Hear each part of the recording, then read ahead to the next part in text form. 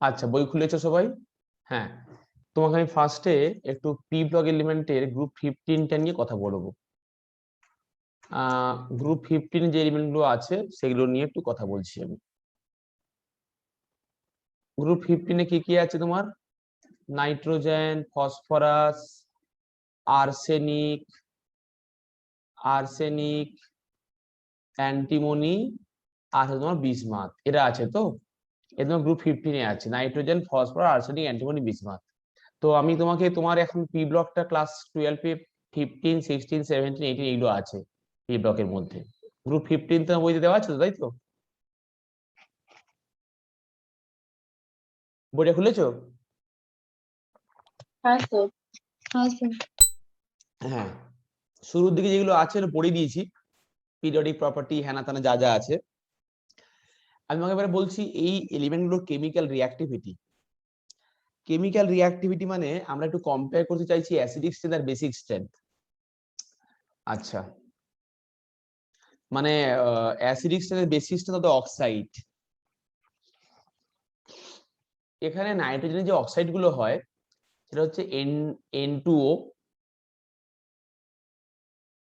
সেটা হচ্ছে N2O। এটা হচ্ছে আমার নাইট্রাস অক্সাইড। এর পরেরটা হচ্ছে নাইট্রিক অক্সাইড। এর পরেরটা হচ্ছে N2O3 নাইট্রোজেন ট্রাই অক্সাইড। এরপর তোমার হচ্ছে N2O4 মানে নাইট্রোজেন টেট্রা অক্সাইড, একে আমরা NO2O বলি। আর একটা আছে নাইট্রোজেন পেন্টো অক্সাইড, সেটা হচ্ছে N2O5। ব্যাস, তাহলে এখানে তোমার এরা হচ্ছে অক্সাইডস অফ নাইট্রোজেন। এবার তোমাকে আমি কম্পেয়ার করতে বলছি এগুলোর অক্সিডেশন নাম্বার কি আছে।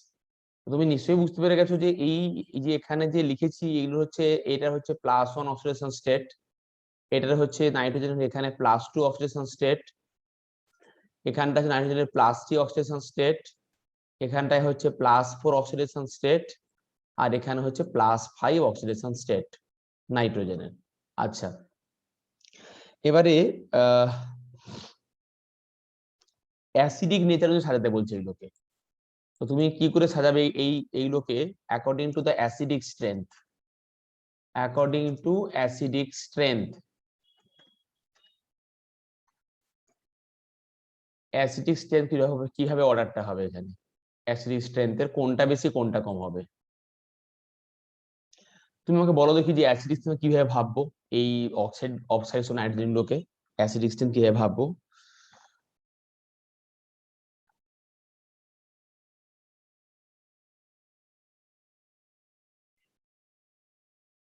বলতে পারবে লজিকটা? লজিকটা মনে রাখো, যখন কোনো একটা কম্পাউন্ডের অক্সিডেশন স্টেট, কোনো একটা কম্পাউন্ডের মধ্যে এলিমেন্টের অক্সিডেশন স্টেট এখানে দেওয়া আছে নাইট্রোজেনের, +1 +2 +3 +4 +5, higher the oxidation state higher the acidic strength. তার মানে সবচেয়ে হাইয়েস্ট অ্যাসিডিক কোনটা হবে এগুলোর মধ্যে?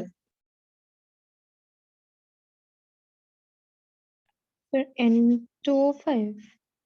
হ্যাঁ, তাহলে অর্ডারটা আমার হবে N2O টা লেস, তারপরে NO, তারপরে N2O3, তারপরে এই অর্ডারটা তাহলে কাজ করবে। তাহলে লিখে নাও এটা। তোমাকে আমি কিছু এরকম অর্ডার শিখিয়ে দিচ্ছি লজিক্যালি, তুমি কিন্তু লজিক গুলো লিখে রাখবে। যে অ্যাসিডিক স্ট্রেংথ কিন্তু ডিপেন্ড করে অ্যাকচুয়ালি, যে আমরা পড়েছি মোর ননমেটালিক তো মোর অ্যাসিডিক। আর একটা হয় সেটা হচ্ছে যে অক্সিডেশন স্টেট যদি সেখানে বেশি হয় সেটা অনেক বেশি অ্যাসিডিক হবে, কারণ এখানে +5, তাই এটা হয়েছে অ্যাসিডিক স্ট্রেংথের অর্ডার। এবারে যদি আমরা এই যে গ্রুপটা যে লিখেছি সে অনুযায়ী যদি কম্পেয়ার করি অ্যাসিডিক স্ট্রেংথ, মানে ধরো এখানে আমি বলছি তোমাকে নাইট্রোজেন যে অক্সাইড লিখেছি, ধরো একটা লিখেছি N2O5, আর একটা লিখেছি নাইট্রোজেন তার phosphorus P2O5, P2O5, N2O5 P2, তারপরে কি লিখেছি AS2O5, ধরো তারপর লিখেছি অ্যান্টিমনি SB, SB2O5, এই যে লিখেছি এখানে। বা এর পরে আছে বিসমাথ Bi2O5, এরও লিখেছি। আচ্ছা,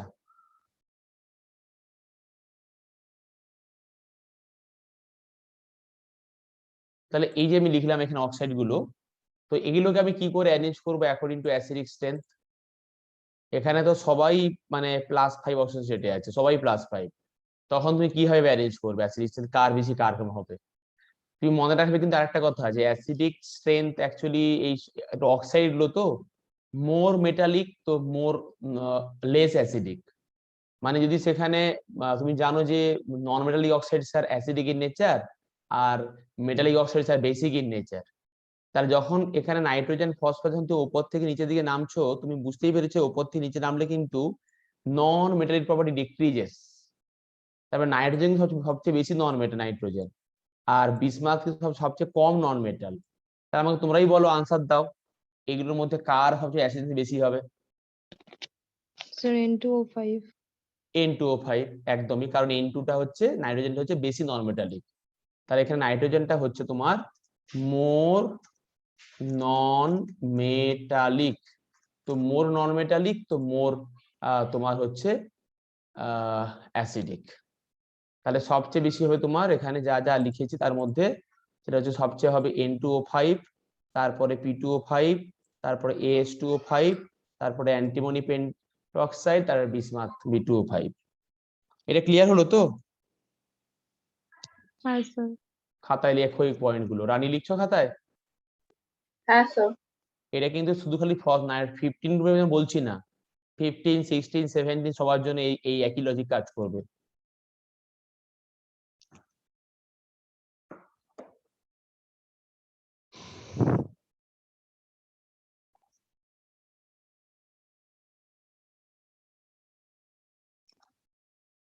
আচ্ছা, তো এখানে যে নাইট্রোজেনের এগুলো সব অক্সাইড পড়েছি আমরা, এই গ্রুপ 15 অক্সাইড নিয়ে কাজ করছি এখানে। এখানে বললাম অক্সাইডস অফ নাইট্রোজেন, এখানে বলছি অক্সাইডস অফ গ্রুপ 15। এবারে আমরা তোমাকে বলবো সেটা হচ্ছে হাইড্রাইট। এবারে এখানে লিখছি আমি hydride, hydride of group 15, hydride of group 15। Hydride of group 15 কারা? মানে এখানে হাইড্রোজেন রিঅ্যাকশন করবে। ধরো একটা বলছি আমি NH3, একে বলছি আমরা অ্যামোনিয়া। PH3 একে বলছি ফসফিন, PH3 একে বলছি আমরা ফসফিন। নাইট্রোজেন, তারপরে হচ্ছে আরসাইন, আরসাইন, যে ASH3 তার নাম হচ্ছে আরসাইন। তারপরে হচ্ছে স্টিবাইন, এর নাম SbH3, ওর নাম হচ্ছে স্টিবাইন। আর তোমার আছে সেখানে বিসমুথিন, BiH, তার নাম বিসমুথিন। তাহলে অ্যামোনিয়া, ফসফিন, আরসাইন, স্টিবাইন, বিসমুথিন, এটা হচ্ছে হাইড্রাইট অফ গ্রুপ 15। অ্যামোনিয়া, ফসফিন, আরসাইন, স্টিবাইন, বিসমুথিন, এটা হচ্ছে হাইড্রাইট অফ গ্রুপ 15। স্যার আর্সাইনের পরটা কি বললে ওটা? আরসাইন, স্টিবাইন, স্টিবাইন, STIBINE, আচ্ছা। STIBINE, স্টিবাইন। তারপরে বললাম বিসমুথিন, বিসমুথিন, THINE, বিসমুথিন, বিসমুথিন। আচ্ছা,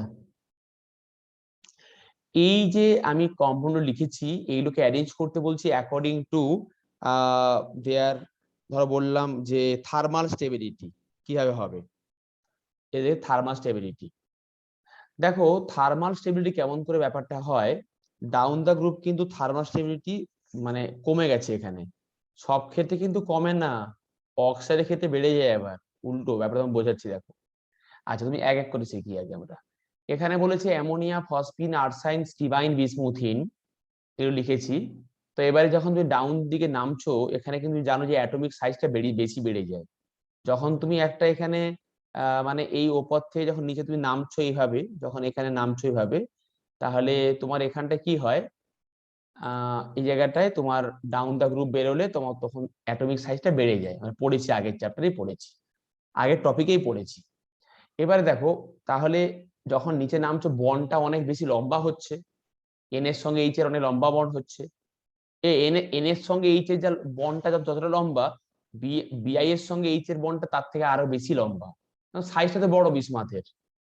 এটা কি বুঝছো, যে সাইজটা মানে রেডিয়াসটা যেহেতু বিসমাথ মানে গ্রেটার, তাই বি এর সঙ্গে এইচ এর বন্ডটা কিন্তু লম্বা বন্ড, গ্রেটার বন্ড হবে।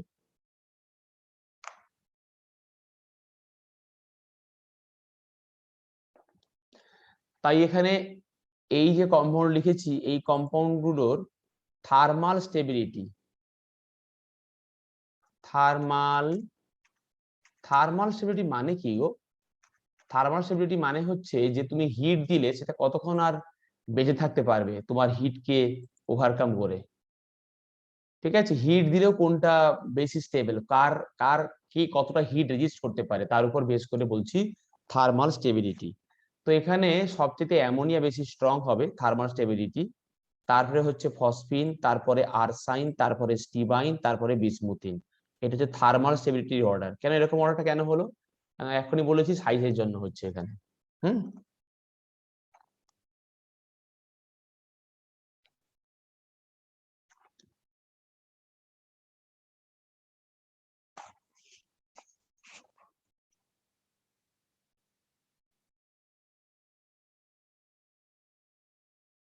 আচ্ছা, তাহলে সবচেয়ে অ্যামোনিয়া হচ্ছে বেশি হলো থার্মাল স্টেবিলিটি।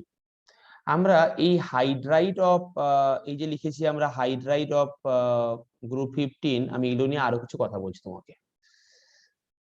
সেটা হচ্ছে এদের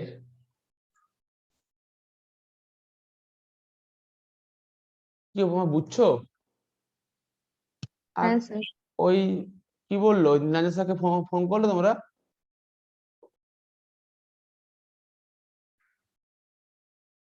ফোন স্যার করোনি আমি তাই তো? স্যার আমি করেছিলাম, বাট আমার ফোন দিয়ে ঢুকছে না, জানি না কেন। এবার ওর লাইনে প্রবলেম কিনা জানি না, বাট ফোন ঢুকছে না। বুঝে গেছি গো আমি আমি বুঝতে পেরেছি জানো তো। আচ্ছা,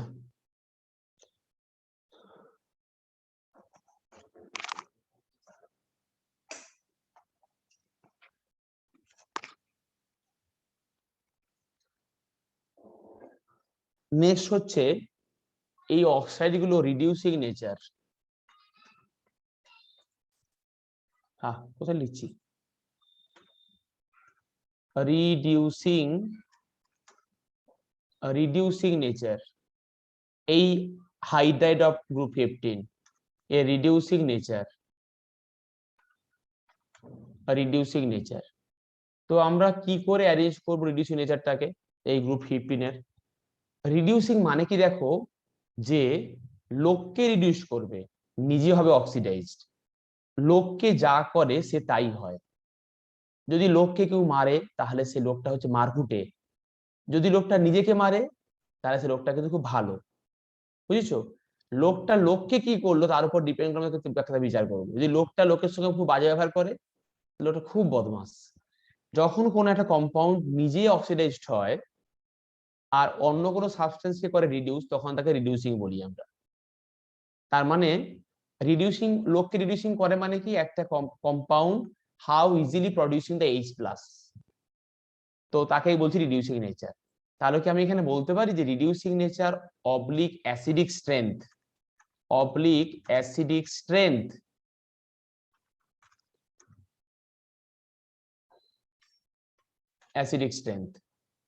মানে reducing nature oblique acidic strength. আচ্ছা, মানে কত ইজিলি H+ দেয় সেটা অ্যাসিডিক স্ট্রেংথ, আর কত ইজিলি সে H+ দিতে পারে তাই জন্য সেই লোককে রিডিউস করবে, সেটাও রিডিউসিং নেচার। তাহলে রিডিউসিং নেচারে যা অর্ডার হবে অ্যাসিডিক স্টেটে সেই অর্ডার হবে, মানে কত ইজিলি একটা কম্পাউন্ড H+ প্রডিউস করতে পারে। তো এন এর সঙ্গে এইচ এর বন্ডটা স্ট্রং বন্ড, কারণ বন্ডটা ছোট আছে, কিন্তু বিআই এর সঙ্গে এইচটা কিন্তু অনেক এ আছে, তাই সেখানে আমি অর্ডারটা আমি কেমন করে লিখবো এখানে? তাহলে সবচাইতে রিডিউসিং বা বেশি অ্যাসিডিক হচ্ছে তোমার বিআই। বুঝছো কি এটা? হ্যাঁ স্যার। রানী আছো? হ্যাঁ স্যার। তাহলে সবচেয়ে বিআই তোমার হচ্ছে সবচেয়ে বেশি রিডিউসিং নেচার। তারপরে বিআই এর পরে হচ্ছে অ্যান্টিমনি SbH3, তারপরে তোমার হচ্ছে আর্সেনিক AsH3, তারপরে তোমার সেখানে হচ্ছে PH3, তারপরে হচ্ছে তোমার সেখানে NH3। এই হচ্ছে তোমার রিডিউসিং নেচারের অ্যাসিডিক অর্ডারটা। এটা স্যার রিজনটা আরেকবার একটু বলবে? রিজনটা হচ্ছে যে রিডিউসিং নেচার মানে হচ্ছে how easily it produce the H+ ions. H কি করে, কত ইজিলি সেই কম্পাউন্ডটা এইচ প্রডিউস করে হাইড্রাইডটা। আর অ্যাসিডিক স্টেট মানে হচ্ছে how easily it produce the H plus. তো এবার এখানে এইচ BiH3 ক্ষেত্রে বন্ড লেন্থ অনেক বেশি গ্রেটার, কারণ বিসমাথের সাইজটা গ্রেটার, তাই সেখানে যখন BI এর সঙ্গে এইচ এর বন্ডটা হয়, সে বন্ডটা অনেক বেশি লংগেস্ট বন্ড হয় অ্যামোনিয়ার বন্ডের থেকে। তো এই জন্য লম্বা বন্ড মানে কি, যে কোনো মুহূর্তে বন্ড ভেঙে যেতে পারে, ভেঙে গেলে সে বেশি ইজিলি এইচ প্লাস প্রডিউস করবে, তাই বলছি। তো তার মানে বেসিক্যালি সাইজটা বড় হওয়ার হ্যাঁ, সাইজটা বড় হওয়ার জন্যই সেটা কিন্তু বন্ডটা উইক, তাই সেই BI আর এইচ বন্ডটা খুব উইক, তাই বন্ডটা যদি ব্রেক করে যাচ্ছে, তাই সেটা ইজিলি এইচ প্লাস প্রডিউস করছে, তাই।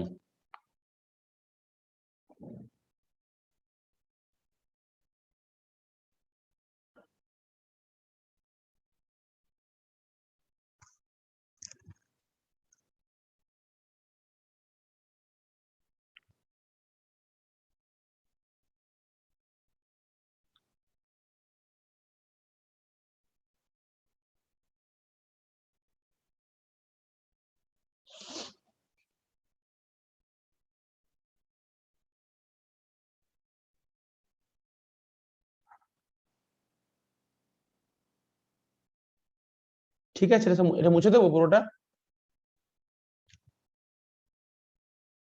হ্যাঁ স্যার। স্যার, হ্যাঁ, থার্মোস্টেবিলিটির ওই রিজনটা আরেকবার একটু বলবে, আমি লিখবো। থার্মাল স্টেবিলিটি বললাম যেটা, যে যদি বন্ডটা খুব লম্বা বন্ড হয়, সেই বন্ড সহজে ব্রেক করে যাবে, কিন্তু NH3 এর ক্ষেত্রে NH এর বন্ডটা তো অনেক শর্টেস্ট বন্ড আছে, সাইজটা ছোট, সব সাইজ ফ্যাক্টর দেখো না তুমি। যেহেতু এখানে NH3 ক্ষেত্রে N এর সঙ্গে H এর বন্ডটা শর্টেস্ট বন্ড, কারণ যেহেতু অ্যাটমটা অনেক ছোট আছে, তাই সেখানে তোমার এই বন্ডটা অনেক স্টেবল আছে। তুমি এই বন্ডটাকে ভাঙতে হলে তোমাকে অনেক বেশি এনার্জি দিতে হবে। তো তার মানে যদি ওটাই আর কারো, কি, হ্যাঁ সাইজেরই ফ্যাক্টরটা, সাইজ হ্যাঁ ফ্যাক্টর। হ্যাঁ, এখানেও সাইজ ফ্যাক্টর একদম। আচ্ছা, নেক্সট দেখো, এই যে আমরা হাইড্রাইডটা লিখেছি, এই হাইড্রাইড গুলোর অ্যারেঞ্জ করব according to their boiling point, arrange করব according to the boiling point.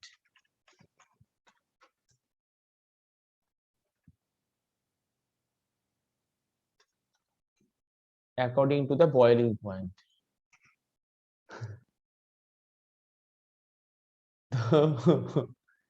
Arrange করছি according to the boiling point. তো এখানে মানে এটা কিন্তু arrangement of the hydride of group 15, ওটা অ্যারেঞ্জ করছি। আমাকে বলতে পারবে কার বয়লিং পয়েন্ট বেশি হবে? আমরা কি জানি জানো, বয়লিং পয়েন্ট মানে হচ্ছে, সিম্পল হয়ে বোঝো, তুমি তাকে হিট করে বয়েল করছো। তো যদি একটা মোটা সোটা গাব্বাস লোক হয়, তুমি তাকে সহজে কি ওড়াতে পারবে ওখান থেকে? তোমার কি ওকে হুম। ওড়াতে অনেক বেশি হিট দিতে হবে, তাই না? হুম।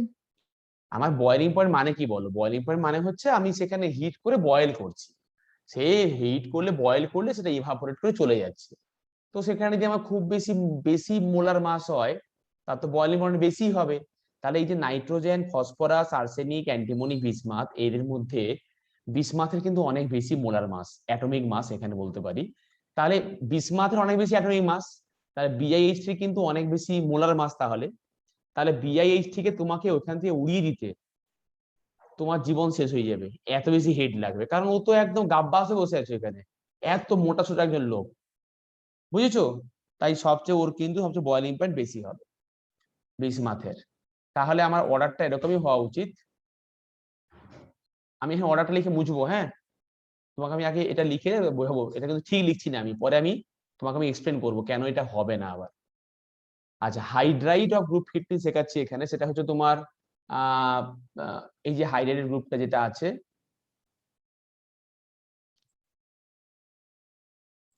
মানে সবচেয়ে আমার বেশি হওয়া উচিত তাহলে BiH3, তারপরে তোমার হচ্ছে SbH3,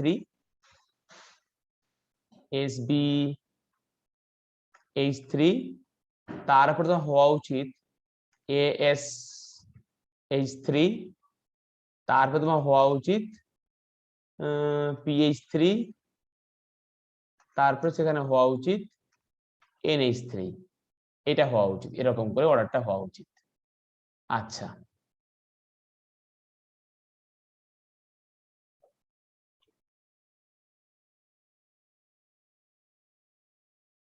তোমরা আমার স্ক্রিন দেখতে পাচ্ছ ক্লিয়ারলি তো?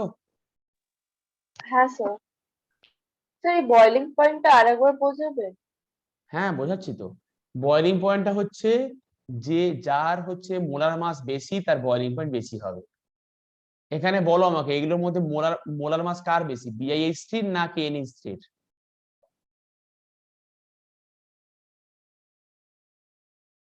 বলো। Sir BiH3। তার জন্যই বেশি বয়লিং পয়েন্ট ও। তো সবচেয়ে বেশি বয়লিং পয়েন্ট BiH, কিন্তু এখানে একটা এক্সেপশন থাকে, এখানে এক্সেপশন আছে। এখানে যে অ্যামোনিয়া মলিকুলটা আমি লিখেছি, এই অ্যামোনিয়া মলিকুলটা কিন্তু হাইড্রোজেন বন্ডিং করে এই NH3 এর মধ্যে, কিন্তু তাই অনেক এক্সেপশন প্রপার্টি শো করছে বয়লিং পয়েন্টের, কারণ এর মধ্যে হাইড্রোজেন বন্ডিং হয়। কারণ তুমি আগে শিখেছো যে নাইট্রোজেন, অক্সিজেন এবং ফ্লোরিন এই তিনজন এলিমেন্ট হাইড্রোজেন বন্ডিং করে। তাই এই অ্যামোনিয়ার মধ্যে যেহেতু হাইড্রোজেন বন্ডিং হয়, যেহেতু এখানে তোমার H বন্ডিং হবে, যেহেতু এখানে হাইড্রোজেন বন্ডিং হবে, তাই তোমার সেখানে কিন্তু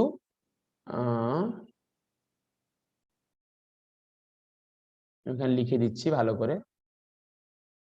তো তোমার এখানে হবে হাইড্রোজেন বন্ডিং, এখানে হবে হাইড্রোজেন বন্ডিং।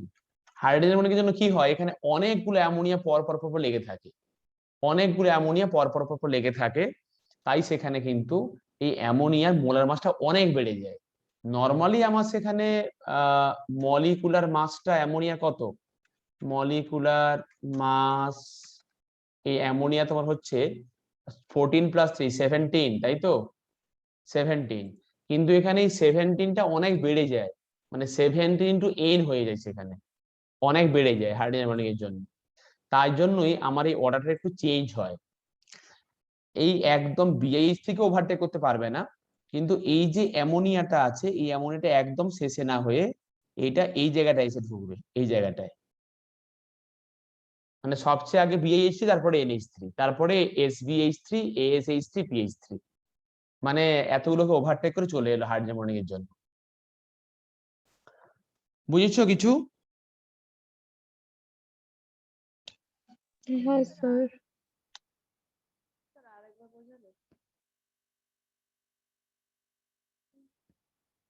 তো তার মানে হাইড্রোজেন বন্ডিং এর জন্য মলিকুলার মাসটা বাড়ছে। হ্যাঁ হ্যাঁ হ্যাঁ, একদম। হাইড্রোজেন মোলার মাসটা বেড়ে যাচ্ছে, যেন বয়লিং পয়েন্টটা চেঞ্জ হচ্ছে এরকম করে।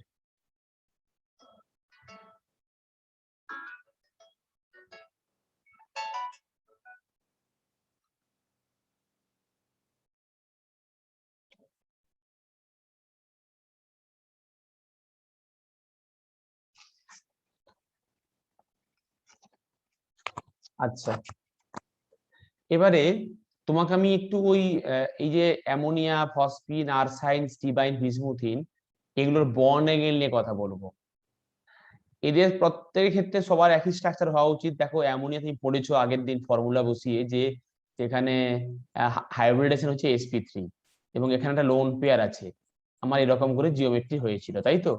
সেটা আমার PH3 ক্ষেত্রে হবে, PH3 ক্ষেত্রে হবে। তাহলে কি অ্যামোনিয়া আর ফসফেটের ক্ষেত্রে এখানে বন্ড অ্যাঙ্গেল সেম হবে? মানে আমরা সেখানে পড়েছি যে যখন এখানে অ্যামোনিয়া আছে জায়গাটায়, তখন এখানে বন্ড অ্যাঙ্গেলটা অনেকটা বেড়ে যাবে, বন্ড অ্যাঙ্গেলটা অনেকটা বেড়ে গিয়ে তোমার হবে 1, মানে মানে কমবে সেখানে নর্মালের থেকে 107 ডিগ্রি হয়। কিন্তু এবারে যদি বলি কম্পেয়ার করি ফসফিনের সঙ্গে, তোমাকে যদি এটা কম্পেয়ার করি ফসফিনের সঙ্গে, ধরো এখানে ফসফিন লিখছি আমি, এটা হচ্ছে PH3, তাহলে এখানে আমার 3খানা H আছে, তাহলে এখানে আমি দিচ্ছি লোন পেয়ার এরকম করে, আর এখানে একটা, তাহলে কি দুটোর ক্ষেত্রে বন্ড অ্যাঙ্গেল সেম হবে অ্যামোনিয়া ফসফিনের ক্ষেত্রে? এটা আমাকে বলো, বুঝিয়ে বলো। না স্যার। সেম হবে না কেন? সেম হবে না কেন? এখানে একটা স্টার মার্ক লিখে রাখো, যেহেতু দু ক্ষেত্রে লোন পেয়ার আছে, এখানে কিন্তু ওই থিওরিটা কাজ করবে না যে লোন পেয়ার রিপার্সেন্ট বন্ড অ্যাঙ্গেল কমে গেছে। এখানে কিন্তু বন্ড অ্যাঙ্গেল 92 ডিগ্রি হয়, অনেক কমে গেছে কিন্তু এখানে। তার লজিকটা হচ্ছে, লেখো খাতায়, electronegativity of central atom, electronegativity of central atom যদি বেশি হয় তাহলে তার বন্ড অ্যাঙ্গেলটা বেশি হবে। ইলেকট্রোনেগেটিভিটি অফ সেন্ট্রাল অ্যাটম যদি বেশি হয় তাহলে তার বন্ড অ্যাঙ্গেলটা বেশি হবে।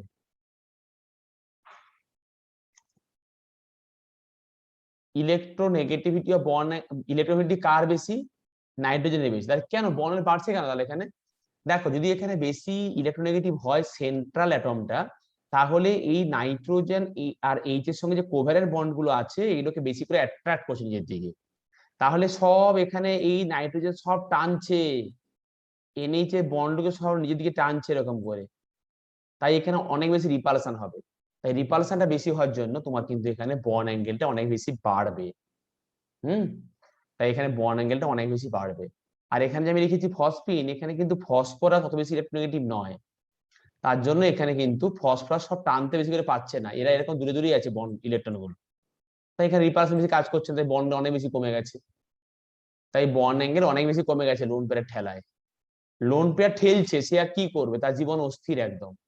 কিন্তু লোন পেয়ার এখানেও আছে, কিন্তু এখানে কি হয়েছে, যেহেতু নাইট্রোজেনটা বেশি ইলেকট্রোনেগেটিভ, তার জন্যই এখানে কিন্তু এই যে এন এর সঙ্গে এইচ এর যে কোভ্যালেন্ট বন্ড গুলো আছে সবকে টানছে নিজের দিকে নাইট্রোজেন ইলেকট্রোনেগেটিভিটির জন্য।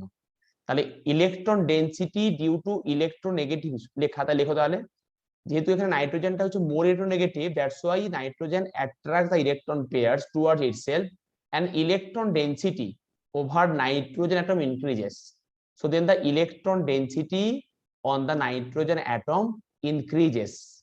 So the electron density on the nitrogen atom increases, so bond angle also increases with respect to phosphine. So bond angle increases with respect to phosphine. তোমাকে কিন্তু আমি এই যে নাইট্রোজেনের ফ্যামিলি বোঝালাম না, নাইট্রোজেনের ফ্যামিলি গ্রুপ 16 ফ্যামিলি 17 একই লজিকে সবকিছু হবে। হ্যাঁ, এটা আমি তোমাকে সব বলে দিলাম, মানে অনলি এটা বোঝালাম, কিন্তু বাকিগুলো এর সঙ্গে লিঙ্ক পুরো কনসেপ্ট একই রকম হবে।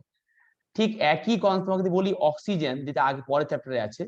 ধরো সেখানে আমার এরকম লোন পেয়ার আছে, দুজন আছে লোন পেয়ার, এখানে এইচ, তাহলে তুমি বলো দেখি আমাকে এই একই লজিক দিয়ে তুমি কম্পেয়ার করে বলো আমাকে এই দুটোর মধ্যে কার বন্ড অ্যাঙ্গেল বেশি হবে, H2S এর না H2O?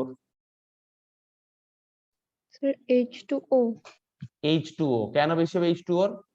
ওর ইলেকট্রোনেগেটিভিটি বেশি। বেশি, তার জন্য সে এইগুলোকে সব টানছে, তাই এখানে এর উপরে ডেনসিটি বেশি, রিপালশন এর বন্ড অ্যাঙ্গেল এর তাহলে বেশি, একদম ঠিক।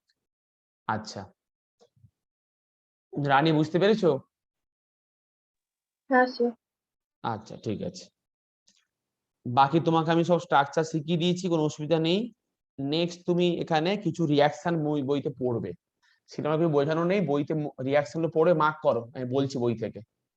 তুমি বইতে দেখো, বই খুলে আমার বই খোলো, সেখানে দেখো কি এরকম আছে যে অক্সাইডস অফ নাইট্রোজেন তার প্রিপারেশন।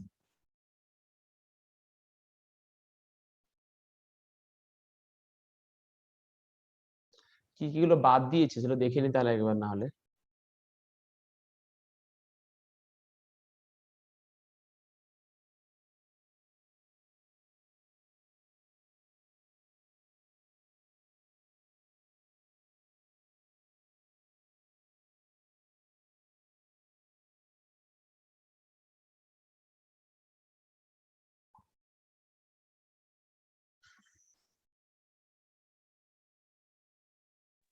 তো হ্যাঁ স্যার আরেকবার বলবেন কি বললেন ওই নাইট্রোজেন দিয়ে? তুমি এখন শুনতে পারো কি বললাম? স্যার ওইটা না স্যার, বইতে কি মার্ক করতে বললেন না, নাইট্রোজেন 2। ওহো আচ্ছা ওইটা, হ্যাঁ ওটা বলে দিচ্ছি এখনই। আচ্ছা ধর আমি তোমার সিলেবাসটা খুলছি একবার, রিডিউসটা কি কি বাদ দিচ্ছি দেখিনি একবার। হ্যাঁ পেয়েছি। তাহলে তোমার এখানে গ্রুপ 15টা আমি দেখছি আগে।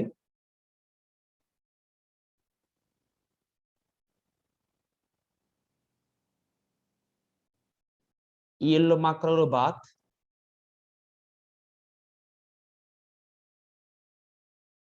আচ্ছা গ্রুপ 15 তোমার হচ্ছে position, occurrence, electronic configuration, oxidation state, physical and chemical property, nitrogen preparation. এবার তুমি বইতে খুলে দেখো preparation of nitrogen, preparation nitrogen reaction সব মার্ক করো, দুই একটা রিঅ্যাকশন মার্ক করো প্রিপারেশন নাইট্রোজেনের। আর তোমার হচ্ছে অক্সাইডস অফ নাইট্রোজেন, দেখো এখানে প্রিপারেশন অফ নাইট্রাস অক্সাইড, ওগুলো কিন্তু হেভি ইম্পর্টেন্ট, হ্যাঁ এগুলো সব পড়তে তোমাকে হবে।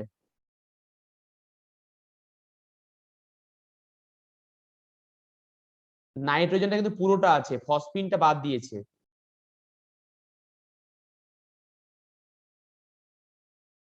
ফসফরাসটা পুরো বাদ, হ্যাঁ নাইট্রোজেনটা পুরোটা আছে। তাহলে নাইট্রোজেনের প্রিপারেশন, অক্সাইড নাইট্রোজেনের প্রিপারেশন। দেখো একটা চার্ট মতো দেওয়া আছে পরে হয়তো, যেখানে সবগুলো ওই প্রিপারেশন একসঙ্গে সুন্দর করে লেখা আছে। বইতে অনেক রিয়াকশন আছে তাই তো? হ্যাঁ,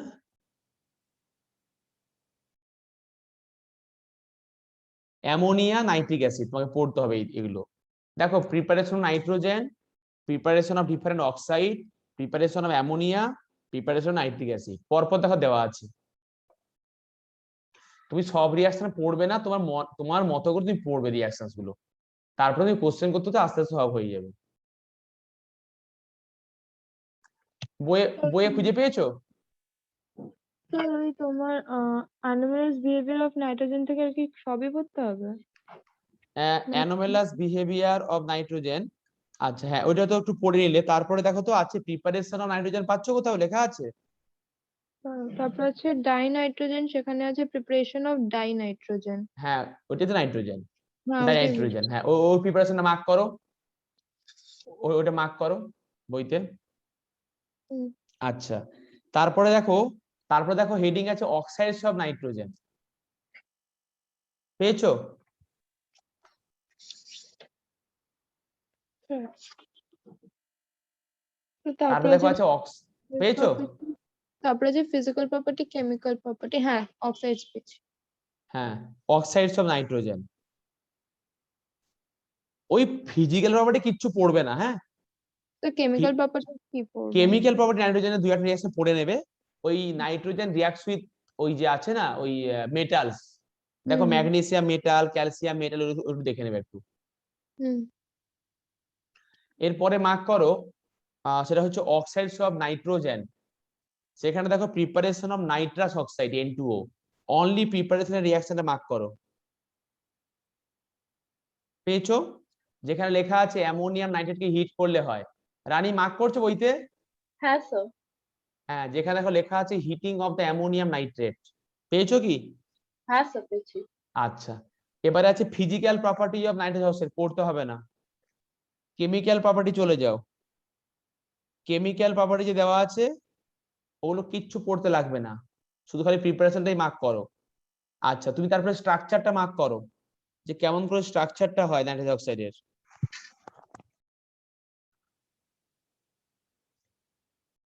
আচ্ছা স্ট্রাকচারটা পরেও দেওয়া আছে। এবার তুমি দেখো প্রিপারেশন অফ নাইট্রিক অক্সাইড, দেখো তো পাচ্ছ কিনা? প্রিপারেশন অফ নাইট্রিক অক্সাইড পাচ্ছ? হ্যাঁ স্যার। স্যার প্রিপারেশন তাহলে কি কি পড়ছে? একটা হচ্ছে নাইট্রাস N2O পড়ছি। N2O পড়ছো, তারপরে NO, তারপরে NO মার্ক করো, প্রিপারেশন অফ NO। হ্যাঁ তারপরে প্রিপারেশন অফ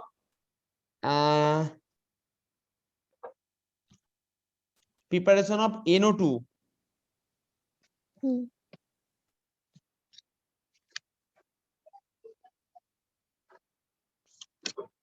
পাচ্ছ প্রিপারেশন অফ NO2 গুলো? হ্যাঁ স্যার। ব্যাস। আর এই যে এখানে আছে প্রিপারেশন অফ N2O5। আর তুমি এই যে অক্সাইড গুলো স্ট্রাকচার গুলো সব পড়বে, মানে N2O, NO, N2O3, N2O5 এর স্ট্রাকচার গুলো দেখো দেওয়া আছে কোথাও কোথাও, দেখো স্ট্রাকচার গুলো কিন্তু পড়বে।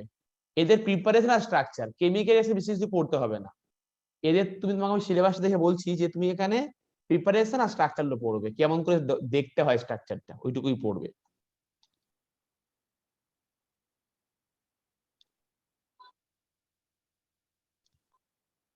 আচ্ছা হয়েছে। নেক্সট,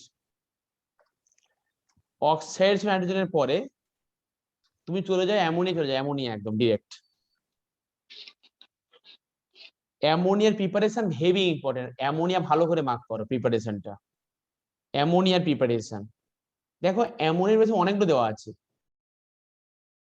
একটা তোমার দেওয়া আছে ওই অ্যামোনিয়াম ক্লোরাইড আর ক্যালসিয়াম হাইড্রোক্সাইড দেওয়া আছে একটা, হাইড্রোলিসিস অফ দেওয়া আছে aluminium nitrite, magnesium nitrite, heating of the ammonium sulphate, সবগুলো মার্ক করো। আচ্ছা তাহলে প্রিপারেশন অফ অ্যামোনিয়া ভালো করে মার্ক করছো, অ্যামোনিয়া কিন্তু হেভি ইম্পর্টেন্ট। এর আগে যে পড়লে অক্সাইড গুলো একটু ইম্পর্টেন্ট নয়, খালি অনলি ওই অক্সাইড গুলোর প্রিপারেশন পড়লে আমার শেষ। অক্সাইড গুলোর মানে নাইট্রোজেন অক্সাইডের প্রিপারেশন আর হচ্ছে তোমার স্ট্রাকচার, ব্যাস। এবারে অ্যামোনিয়ার প্রিপারেশন হেভি ইম্পর্টেন্ট। প্রিপারেশনের পরে অ্যামোনিয়া রিঅ্যাকশন গুলো মার্ক করো, অ্যামোনিয়া রিঅ্যাকশন গুলো মার্ক করো। অ্যামোনিয়া দেখো তোমাকে আমি একটু আগে বলে দিয়েছি already, thermostability, basicity, boiling point সব বুঝিয়ে দিয়েছি, আর পড়তে হবে না এখানে আর। আচ্ছা, এবারে অ্যামোনিয়া কেমিক্যাল রিঅ্যাকশন চলে যাও। অ্যামোনিয়ার কেমিক্যাল রিঅ্যাকশন, স্যার অ্যামোনিয়ার প্রিপারেশন তো ওই কটাই পড়বো, আদার মেথডস অফ প্রিপারেশন পড়তে হবে না তো? আদার্স মানে কি কি দেওয়া আছে? ওই thermal decomposition of ammonium salts, হ্যাঁ হ্যাঁ, হাইড্রোলাইসিস, পড়বে ক্যালসিয়াম, পড়বে। হম, মানে সব কটাই পড়বো ওখানে? সব কটাই পড়বে, একদম রিঅ্যাকশন গুলো সব কটাই পড়বে। আচ্ছা। তুমি তারপরে একদম চলে যাও রিঅ্যাকশনস ও অ্যামোনিয়া চলে যাও, রিঅ্যাকশনস ও অ্যামোনিয়াতে চলে যাও। দেখো তো একটা জায়গায় লেখা আছে, দেখো রিঅ্যাকশনের মধ্যে একটা জায়গায় একটা রিঅ্যাকশন খুঁজে বের করো যেটা খুব ইম্পর্টেন্ট রিঅ্যাকশন, সেটা হচ্ছে তোমার ammonia reacts with chlorine. Ammonia reacts with chlorine, যেখানে একটা লেখা আছে এক্সেস অ্যামোনিয়া এক্সেস ক্লোরিন, ওটা মার্ক করো। যেখানে এক্সেস অ্যামোনিয়া এক্সেস ক্লোরিন, দেখো তো পাচ্ছ কিনা অ্যামোনিয়ার সঙ্গে ক্লোরিনের রিঅ্যাকশন। হ্যাঁ স্যার। এক্সেস অ্যামোনিয়া পাচ্ছ, এক্সেস অ্যামোনিয়া দিলে সেখানে হচ্ছে নাইট্রোজেন প্লাস অ্যামোনিয়াম ক্লোরাইড, আর এক্সেস ক্লোরিন দিলে সেখানে হচ্ছে NCl3 এক্সপ্লোসিভ লিকুইড আর HCl। ওই দুটো হেভি ইম্পর্টেন্ট, মার্ক করো বইতে। আচ্ছা, ওই রিঅ্যাকশনটার পরে তুমি তাহলে মার্ক করো বইতে যে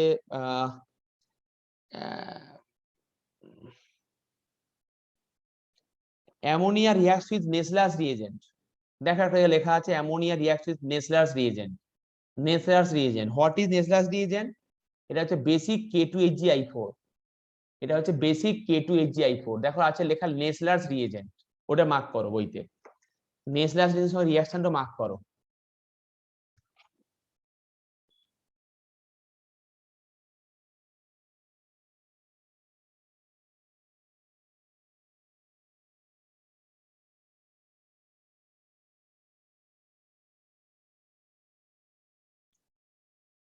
পেয়েছো? হ্যাঁ স্যার। মার্ক করে নিয়েছো, ব্যাস। আচ্ছা, এবারে তুমি চলে যাও,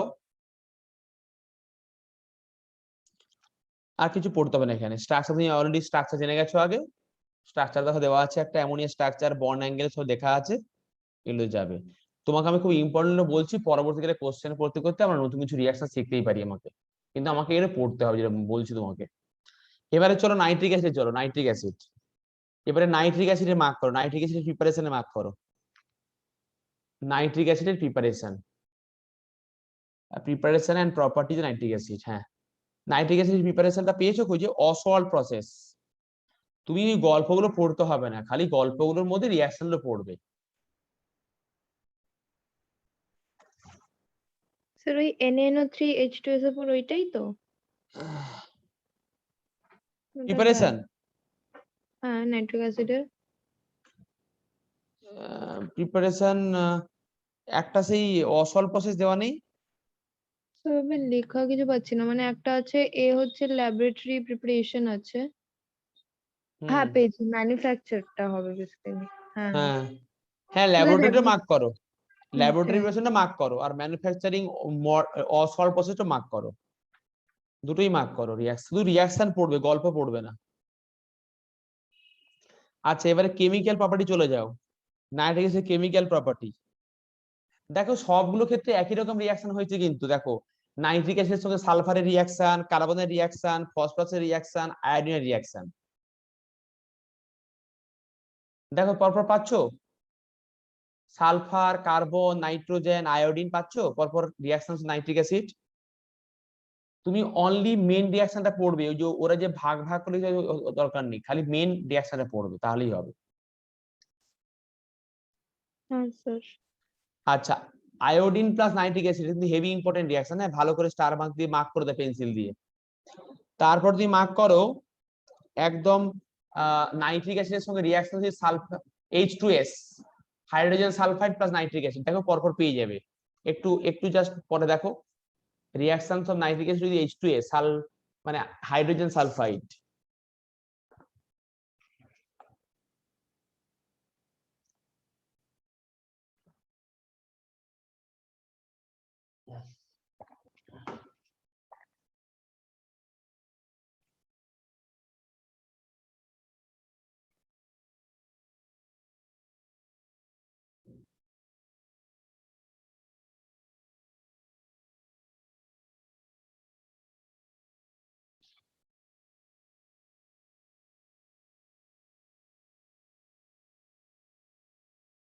ঠিক আছে, আচ্ছা এরপরে দেখো একটা জায়গায় আছে রিং টেস্টের ফর্মুলা দেওয়া আছে, রিং টেস্ট লেখা নেই, রিঅ্যাকশনস উইথ ফেরাস সালফেট মানে FeSO4 plus nitric acid plus H2SO4। দেখো সেখানে NO ফর্মুলা হচ্ছে নাইট্রিক, ভীষণ ইম্পর্টেন্ট রিং টেস্টের ফর্মুলা, ব্রাউন রিং টেস্ট হয় ওই রিঅ্যাকশনটা দিয়ে। বাকিগুলো আপাতত পড়তে হবে না, বাকি পড়তে হবে পরে, পরে দেখো আরো আছে যে zinc plus nitric acid. Nitric acid তিন রকমের আছে দেখো, একটা কনসেন্ট্রেট, একটা ডাইলুট, একটা মডারেট। জিঙ্কের সঙ্গে নাইট্রিক অ্যাসিডের রিঅ্যাকশন, জিঙ্কের সঙ্গে nitric acid, copper nitric acid, এই দুটো রিঅ্যাকশন পড়বে। জিঙ্কের সঙ্গে নাইট্রিক অ্যাসিড ডিফারেন্ট কন্ডিশনে, copper metal plus nitric acid different কন্ডিশনে। আর বাকি কিছু পড়তে হবে না। নেক্সট দেখো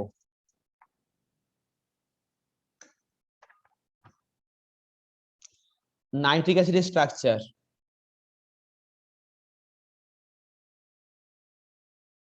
ব্যাস হয়েছে, ফসফরাস থেকে কিছু পড়বে না, বাদ। Phosphorus allotropic form, compound of phosphorus, phosphine, halide, oxo acid সব বাদ, পড়তে হবে না।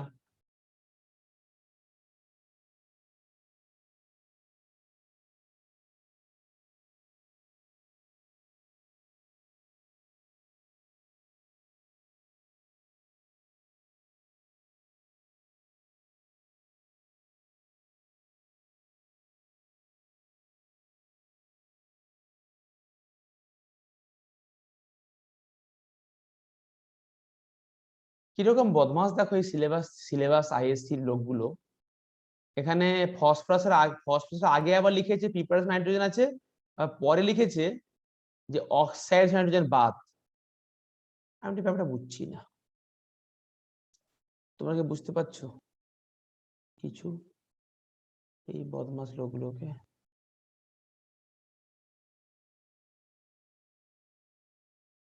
ঠিক আছে, কিছু তো পড়িনি, ওগুলো পড়তে জয়েন্টও তো লাগবে কাজে আমাদের।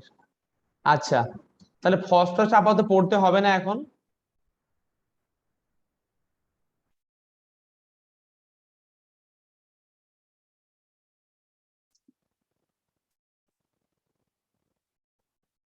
ফসফরাসটা পুরো বাদ, ব্যাস।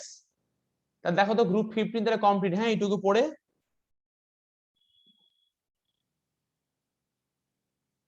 ফসফরাসটা কোনোটা নেই, ফসফরাসটা পুরোটা বাদ।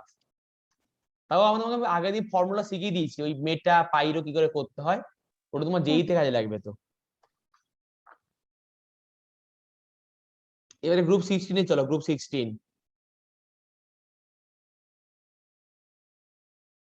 আজকে পুরোটাই মার্ক করে দেবো, পুরোটা শেষ করে দেবো আজকে পড়িয়ে, বাকিতে কিছু থাকবে না আর। আচ্ছা তুমি যা যা পড়লে এখানে গ্রুপ 15 যে লজিক গুলো যে পড়লে, যে অ্যাসিডিক স্ট্রেংথ কিভাবে হচ্ছে, হাইড্রাইট কি করে হচ্ছে, সব একই লজিক সেখানেও কিন্তু গ্রুপ 16 কাজে লাগবে। তোমরা আছো কি? হ্যাঁ হ্যাঁ স্যার। স্যার। আচ্ছা এবারে গ্রুপ 16টা বের করো। বাকি কিন্তু ফসফরাসটা বাদ দিয়ে দিয়েছে, পুরো বাদ ফসফরাসটা।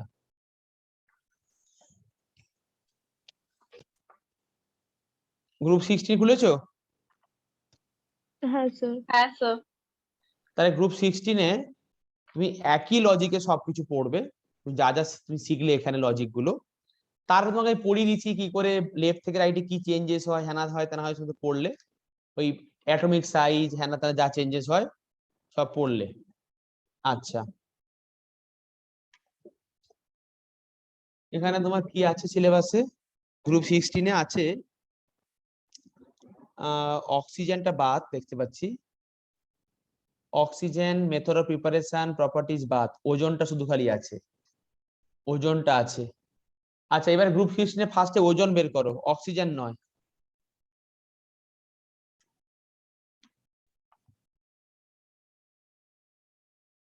মানে ওই যে অ্যানোমালাস বিহেভিয়ার অফ অক্সিজেন, তারপরে তোমার দেখো আছে অক্সিজেন, অক্সিজেনটা কিছু পড়তে হবে না, তুমি একদম ওজনে চলো,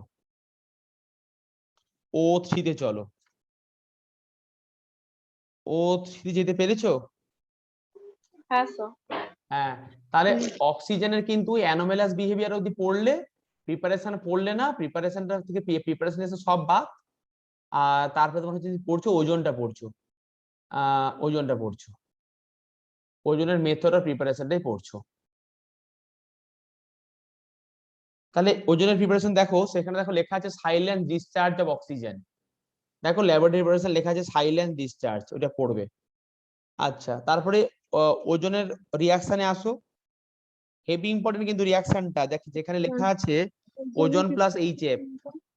স্যার হ্যাঁ ওজনের প্রিপারেশন কি বললে একবার বলো। ওই যে লেখা আছে না সাইলেন্ট ডিসচার্জ অফ অক্সিজেন, হুম। ওইটুকুই তো পড়বে। আচ্ছা আর তারপরে দেখো, তারপরে আছে রিয়াকশনস অফ, ওই যে সাম রিয়াকশন ফরমেশন অফ ওজন, দেখো লেখা আছে ফ্লোরিন প্লাস H2O, পাচ্ছো? একটা দেখো একটা প্রিপারেশন, আরেকটা রিয়াকশন আছে প্রিপারেশনের, ফ্লোরিন প্লাস H2O, পাচ্ছো কিনা বলো?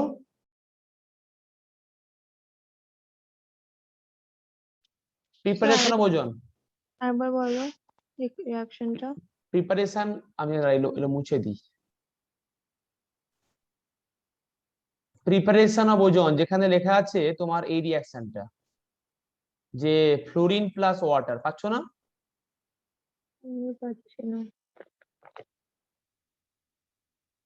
সেখানে লেখা আছে ফ্লোরিন প্লাস H2O, সেখানে তোমার হয়েছে HF, এরকম রিয়াকশন বুঝতে দেওয়া নেই? আমার বইতে তো প্রিপারেশনের আন্ডারে আজ একটাই আছে যেটা সাইলেন্ট ইলেকট্রিক ডিসচার্জের ওই। হ্যাঁ তারপরে দেখো, তারপরে একটু লাইনে দেখো দেখি না, একটা যেখানে লেখা আছে রিকভারি অফ পিওর ওজন, পেয়েছো? প্রিপারেশন না অফ স্যার। পিওর ওজন, তো প্রিপারেশন অফ পিওর ওজন বলে লেখা আছে বাট ওখানে কিছু ইকুয়েশন তো কিছু দেয়নি। তার নিচে দেখো, তার নিচে দেখো না একটু, রিয়াকশন সাম রিয়াকশন ফর্মিং ওজন, পাচ্ছ না? তো আমি তোমার আমার এর না পিকচারটা তুমি দেখো ওইখানটা একটু দেখো, এই ওর নিচটা একটু দেখো, ওই জায়গাটা একটু নিচটা দেখো, তুমি আর একটু এগিয়ে যাও, থাকবে দেওয়া ওইতে। তো ওখানে প্রিপারেশনের পরে ওই কন্ডিশনস ফর বেটার ইল্ড আছে, হুম। তারপরে আছে প্রিপারেশন অফ পিওর ওজন, সেখানে জাস্ট কিছু লেখা আছে, আর তারপরে প্রপার্টিজ অফ ওজনে চলে গেছে। আচ্ছা তার মানে নেই, ঠিক আছে, না তুমি লিখে নাও তাহলে আমার দেখে এইটা, তোমার পড়তে হবে রিয়াকশনটা, কোথাও কোথাও থাকবে পরে হয়তো। এই রিয়াকশনটা যেখানে ফ্লোরিন প্লাস H2, আমি রিয়াকশনটা ব্যালেন্স করে তোমাকে দিচ্ছি, এখানে এখানে 4 আর এখানে হচ্ছে 2, আর তোমার এখানে হচ্ছে 3, দিলে এখানে হচ্ছে 6, এই রিয়াকশনটা।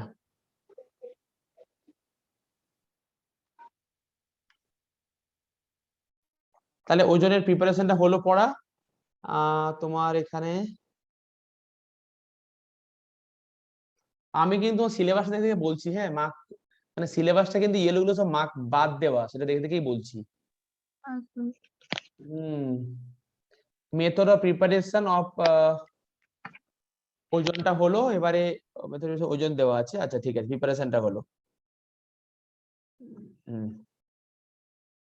Sulphur aerated from bath, compound of sulphur, sulphur prepare, properties of sulphur dioxide দেওয়া আছে। ওজনের ম্যানুফ্যাকচার বাই সিমেন্স প্রসেস, হ্যাঁ আচ্ছা, এখানে তোমার হচ্ছে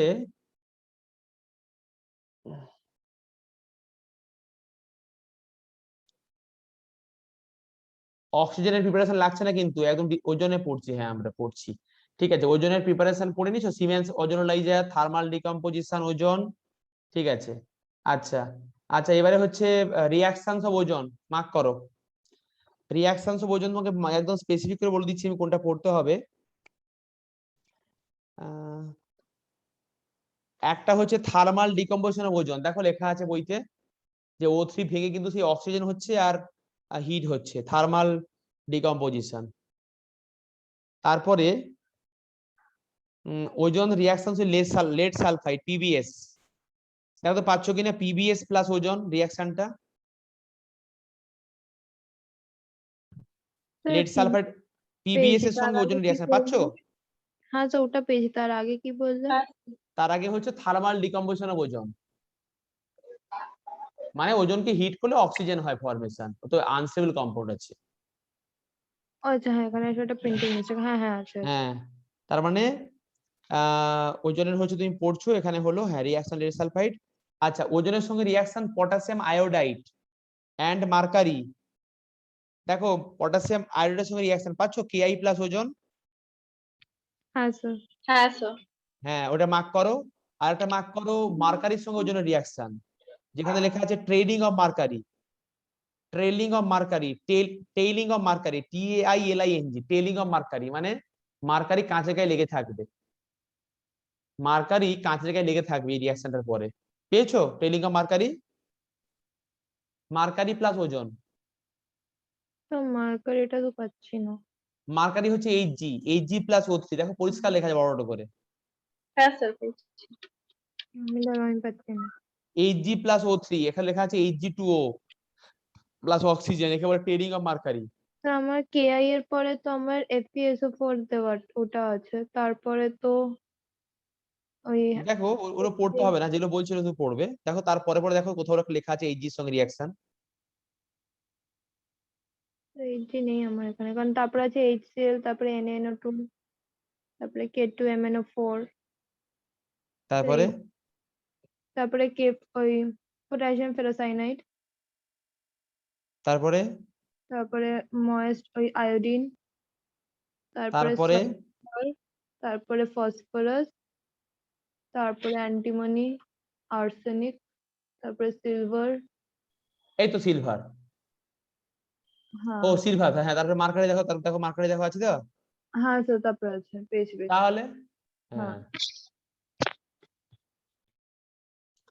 তাহলে রিঅ্যাকশন উইথ, তাহলে এখানে ওজোন রিঅ্যাকশন পড়লে reaction with mercury, potassium iodide আর লেড সালফাইড, ব্যাস হয়ে গেছে। এবারে তুমি স্ট্রাকচার ওজনটা মার্ক করো, দেখো ওজনের একটা স্ট্রাকচার দেওয়া আছে, পরে রেজোনেন্স স্ট্রাকচার মার্ক করো সেটা, তাহলে ওজন হয়ে গেল। তাহলে অক্সিজেন বাদ, তাহলে ওজনটা শুধু পড়লাম এই চ্যাপ্টার থেকে। নেক্সট সালফার পুরো বাদ, এরপরে সালফার কিচ্ছু পড়বে না, বাদ দাও। এরপরে চলে আসো সালফার ডাইঅক্সাইড, চলে আসো সালফার ডাইঅক্সাইডে চলে আসো, ভালোই তো বাদ দিয়েছে গো ওরা। তাহলে সালফার বাদ দিয়ে চলে আসো সালফার ডাইঅক্সাইডে। সালফার ডাইঅক্সাইড আসতে পেরেছো? হ্যাঁ স্যার। আচ্ছা, সালফার ডাইঅক্সাইডে বলেছে laboratory and industrial preparation of sulphur dioxide from sulphides and sulphide ores, প্রিপারেশনটা পড়বে। ওই যে রিঅ্যাকশন উইথ সোডিয়াম সালফাইড পেয়েছো, জিঙ্ক সালফাইড, হ্যাঁ স্যার। ওইগুলো মার্ক করো প্রিপারেশনটা। তাহলে প্রিপারেশন অফ SO2 মার্ক করলে। আচ্ছা, এবার কেমিক্যাল প্রপার্টি অফ SO2 চলে যাও। তো ল্যাবরেটরি প্রপার্টিও পড়বো তো? পড়বে একদম, বেশ তো। ল্যাবরেটরি পড়বে, ইন্ডাস্ট্রিয়ালে পড়বে, ঠিক আছে। প্রিপারেশনটা পুরো পড়তে হবে তোমাকে সালফার ডাইঅক্সাইডের। আচ্ছা, এবারে তোমার হচ্ছে reactions of SO2, reactions of SO2 তোমাকে স্পেসিফিক করে বলছি, যেগুলো মার্ক করো। Reactions of SO2 with NaOH, দেখো তো পাচ্ছ কিনা, SO2 প্লাস NaOH পাচ্ছ, হ্যাঁ স্যার। মার্ক হ্যাঁ করো। স্যার। SO2 প্লাস ক্লোরিন পাচ্ছ,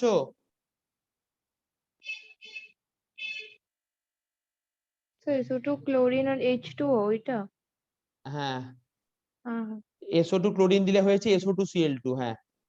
আচ্ছা, তারপর তোমার হচ্ছে SO2 প্লাস KMnO4 পাচ্ছ,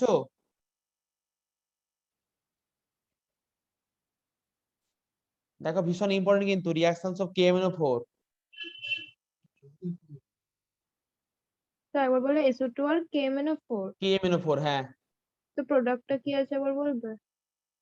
KMnO4 এখানে তোমার প্রোডাক্ট কি হবে? প্রোডাক্ট হবে K2SO4 MnSO4 প্লাস হ্যাঁ ওই ঠিক সমস্ত আছে, হবে। পেয়েছি। হ্যাঁ হ্যাঁ তা ঠিক আছে।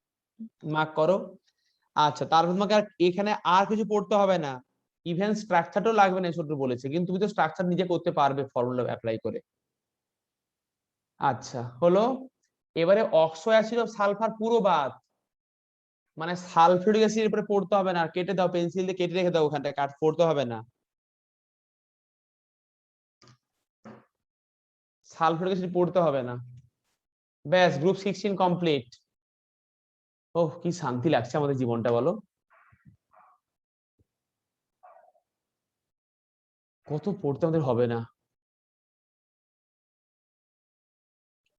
আচ্ছা, তাহলে গ্রুপ 15 আর 16 কোনো সমস্যা আছে?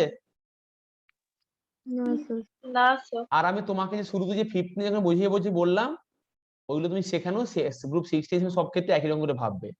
ওই thermal stability, melting point, boiling point, acidic property, reducing property, একই লজিক সবার। স্যার হ্যাঁ ওই স্টেবিলিটি তো তুমি ভাবো ওই হাইড্রাইটের ওইটা করিয়েছো, তো যদি ভাবো ও রেসপেক্টে করি তখনও কি সেমই হবে? দেখো এখানে লিখছি আমি, ধরো তুমি বলছো যে আমার এখানে গ্রুপ 16টা আছে, ধরো এখানে গ্রুপ 16 আছে, তাই তো? গ্রুপ 16 বলছো তুমি, তাহলে এখানে আছে অক্সিজেন, সালফার, না না স্যার, সেলেনিয়াম। এটা বলছি না, আমি বলছি তুমি তো হাইড্রাইড অফ গ্রুপ 15 এর আন্ডারে তুমি তখন থার্মাল প্রপার্টি স্টেবিলিটি ওইগুলো করিয়েছো, তো গ্রুপ 15 এরই অক্সাইডের গুলোও কি সেম হবে থার্মাল স্টেবিলিটির অর্ডার বাস ওইগুলো? ও মানে বাবা আচ্ছা, বুঝতে পেরেছি আমি। আচ্ছা, হুম হুম হুম হুম, হ্যাঁ আচ্ছা আচ্ছা, আমি বলছি, এটা বলছি অক্সিজেন, সালফার, টেলুরিয়াম, পোলোনিয়াম, তাই তো? এটা হুম, টেলুরিয়াম হবে এখানে একটা, টি হলো। তো আমাকে তুমি বলো দেখি এখানে যে হাইড্রাইড যেগুলো লিখবো আমি, H2O, বা ধরো সেখানে লিখছি এখানে আমি H2S, H2, না তোমার তো সেখানে এগুলো দেওয়া নেই দেখলাম আমি, সেলেনিয়াম,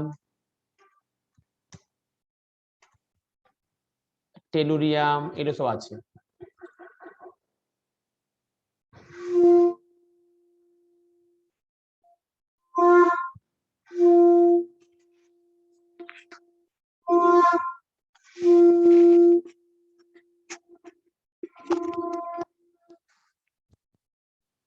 দেখো শুনতে পাচ্ছ এখন? হ্যাঁ স্যার। এখন দেখো, এখন শুনতে পাচ্ছ? হ্যাঁ স্যার। আচ্ছা, হ্যাঁ, তাহলে দেখো এখানে যে এই যে লিখেছি এখানে এগুলো, আমাকে বলো দেখি এগুলো অ্যাসিস্ট্যান্ট কেমন করে হবে?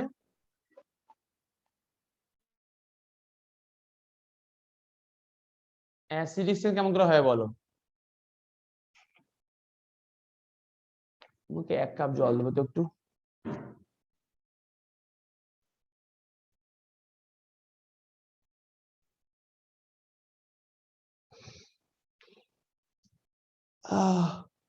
কি গো, বলো এলো অ্যাসিডিকশনটা বলো, অ্যাসিডিক স্ট্রেংথ।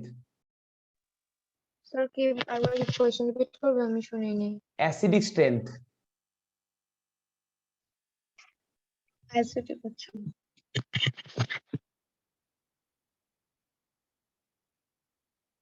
তো প্রথমে তো H2 ওই TE ওইটা হবে। তার মানে এরকম অর্ডারে হবে, তাই তো? এরকম অর্ডারে হবে। হ্যাঁ হ্যাঁ হ্যাঁ, পেছন থেকে সামনে তার মানে আসছে। এটা অ্যাসিডিক স্ট্রেংথ, এটা রিডিউসিং প্রপার্টি স্ট্রেংথ, এটা, তাই না? রিডিউসিং নেচার, অ্যাসিডিক স্ট্রেংথ সব একই অর্ডারই হবে তাহলে। হুম হুম। আচ্ছা, আর তুমি যেটা বলছো যে এই এদের অক্সাইড, কার্বনেট সবার কি একই অর্ডারে হবে নাকি? ওটার মতো না, হবে না একই অর্ডারে, ঠিক আছে? ওদের কার্বনের অক্সাইড আলাদা আলাদা হবে, কিন্তু তোমার সেগুলো এই গ্রুপ 16 15 দেওয়া নেই, এটা পিরিয়ড টেবিলে দেওয়া ছিল। হ্যাঁ, যে স্টেবিলিটি অফ দা কার্বনেট, সেটা কিন্তু গ্রুপের নিচে নামলে কিন্তু এদের এদের তো আর কার্বনেট হবে না, কি করে হবে এদের আর হবে? এদের তো হবে না। তাই না? মেটালের ক্ষেত্রে সব নন মেটাল সবাই, তাই এখানে ওইগুলো আসবেই না। মানে নাইট্রোজেন ফসফেট তো অনলি অক্সাইডই হবে, আর অন্য কিছু তো হবে না। হ্যাঁ, অক্সাইডের ক্ষেত্রে একই অর্ডার হবে, অক্সাইড আর সালফাইড একই অর্ডার, কিন্তু হ্যাঁ একদম ওই হবে, ওই নিচের দিকে নামলে সাইজ বাড়বে, ওই একই একই এক্সপ্রেশন হবে। আচ্ছা হ্যাঁ স্যার। আচ্ছা, তুমি এবারে গ্রুপ 16টা আমার তাহলে শেষ হলো তো? হুম। এবারে চলে আসি আমরা গ্রুপ 17-এ।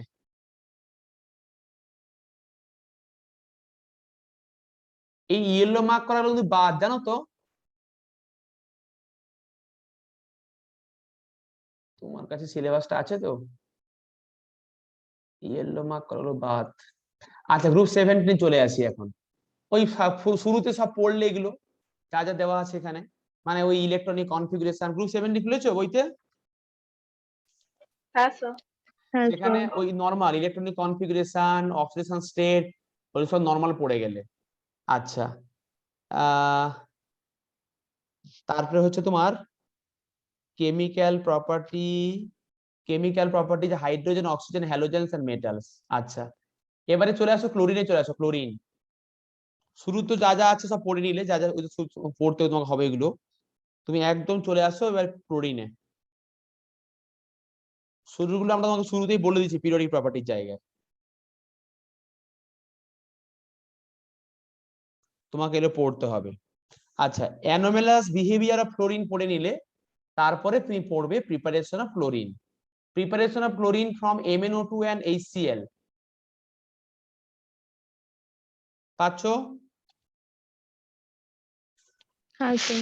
MnO2 প্লাস HCl পাচ্ছ। তারপর নেক্সট হচ্ছে from NaCl, MnO2, concentrated sulphuric acid, only equation লাগবে বলেছে। হ্যাঁ sir. Preparation of chlorine mark করো, তাহলে একটা বললাম তোমাকে MnO2 and HCl, আর একটা হচ্ছে preparation of chlorine from NaCl, MnO2 and concentrated HCl, concentrated H2SO4। দেখো দুটো রিঅ্যাকশন বলে দিলাম, NaCl MnO2 প্লাস H2SO4 একটা রিঅ্যাকশন, আর একটা বললাম MnO2 প্লাস HCl, দুটো রিঅ্যাকশন মার্ক করেছো, ব্যাস প্রিপারেশন অফ হয়ে গেল ক্লোরিন। এবারে reactions of chlorine, reactions of ক্লোরিনে চলে যাও। এবারে প্রিপারেশনের পরে একদম রিঅ্যাকশনে চলে যাও। ফিজিক্যাল প্রপার্টি কিচ্ছু পড়বে না, ঢপের চপ। হ্যাঁ, ওর ঢপের চপ দেওয়া আছে, নিচে রাখতে হবে।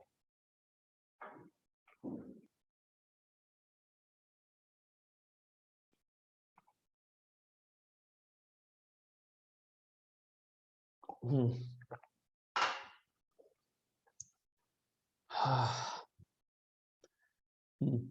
নেক্সট হচ্ছে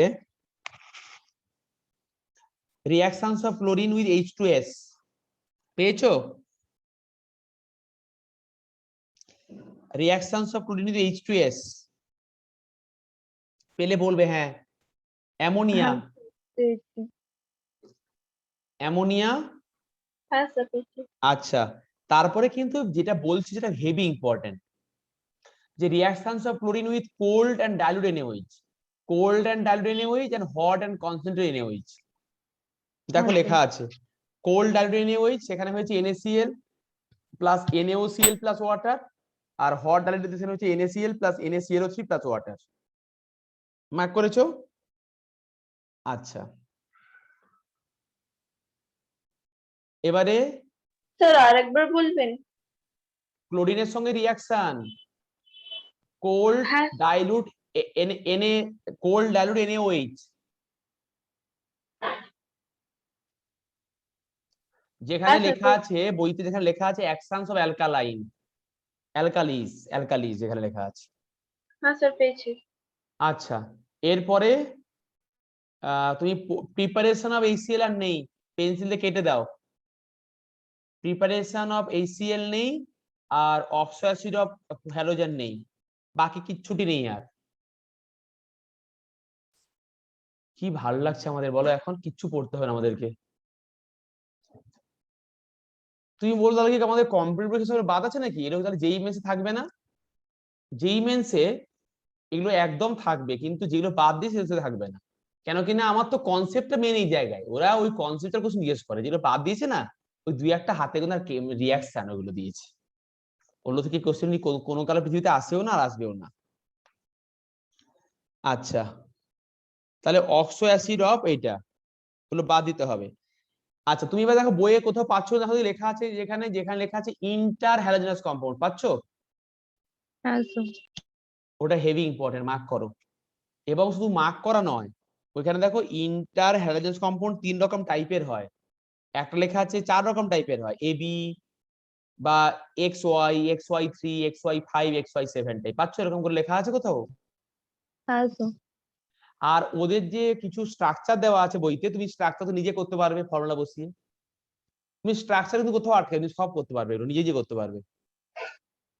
ওই যে মানে ইন্টার হ্যালোজেনাস কম্পাউন্ড কারা, ইন্টার হ্যালোজেনাস কম্পাউন্ড কারা দেখো তোমাকে দেখাচ্ছি আমি।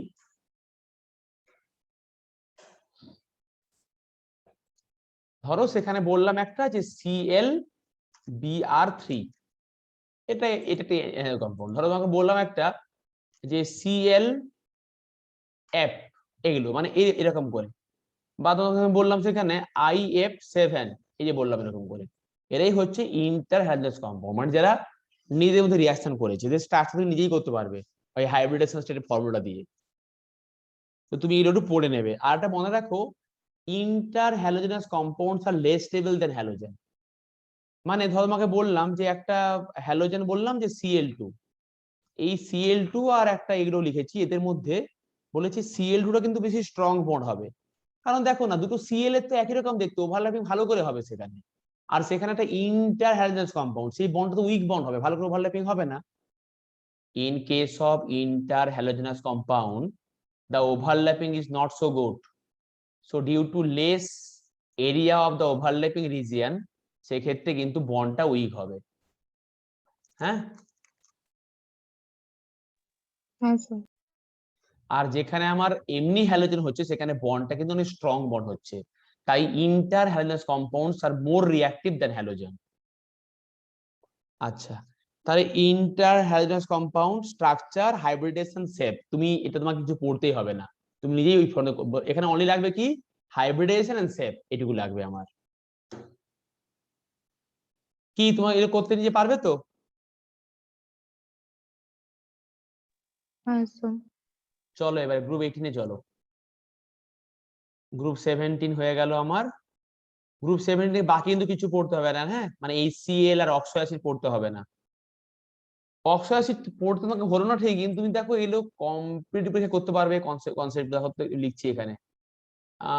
এই সি ধরো বললাম এই ClO4 একটা কম্পাউন্ড আছে, ধরো বললাম এই ClO3, যেগুলো বলছি খাতা সব লিখছো ছিল তো, এই ClO2, ধরো বললাম এই ClO, এগুলো লিখেছি আমি এখানে।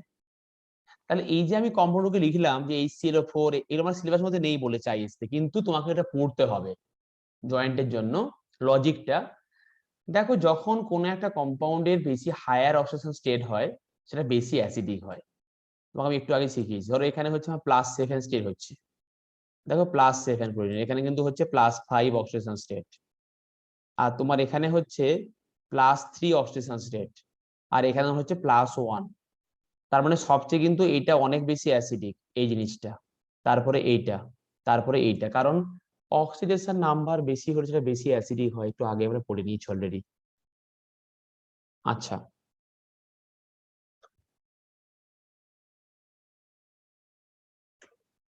এবারে আমরা আমাদের অন্তিম মুহূর্তে চলে এসেছি জীবনের। হ্যাঁ, সেটা গ্রুপ 17 পড়ে নিলাম, গ্রুপ 18 পড়বো। আমরা জীবনের অন্তিম মুহূর্তে নয়, গ্রুপ মানে পি ব্লকের অন্তিম মুহূর্তে এসেছি, পি ব্লকের অন্তিম মুহূর্তে এসেছি। গ্রুপ 18 খোলো এবারে বইতে। আচ্ছা, পজিশন, অকারেন্স, ইলেকট্রনিক কনফিগারেশন, এগুলোই দেওয়া আছে। আচ্ছা,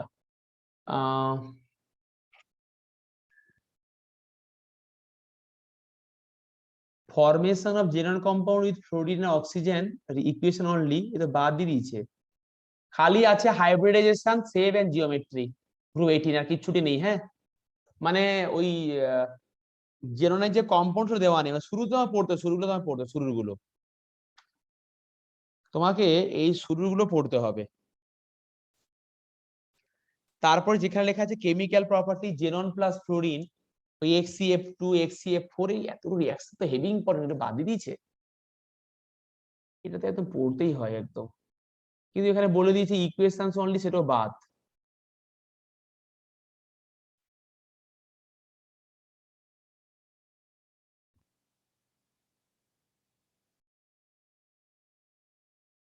ইয়েলো মার্ক গুলো বাদ তো। আচ্ছা, তাই তো হওয়ার কথা। কিন্তু কি অবাস্তব দেখো, বলেছে formation of xenon compound with fluorine and oxygen equation only, মানে ইয়েলো কালারে মার্ক করে দিয়েছে। কিন্তু এই রিয়াকশন গুলো বাদ দিলে তো খুব মহা অসম্ভব রে বাবা। ঠিক আছে, বাদ দিয়ে তুমি পড়বে, হ্যাঁ, তাও তুমি মার্ক করে বলে দিচ্ছি, কারণ এটা হেভি ইম্পর্টেন্ট, পরবর্তীকালে তোমার কম্পিউটার রেখে লাগবে জায়গাটা। আচ্ছা, আমি মার্ক করে দিচ্ছি। তুমি তাহলে এখানে বলেছে ওই HCF2 HCF4 এর জিওমেট্রি তুমি এগুলো করতে পারবে? তোমার আমার ওর মধ্যে করে দেওয়া আছে।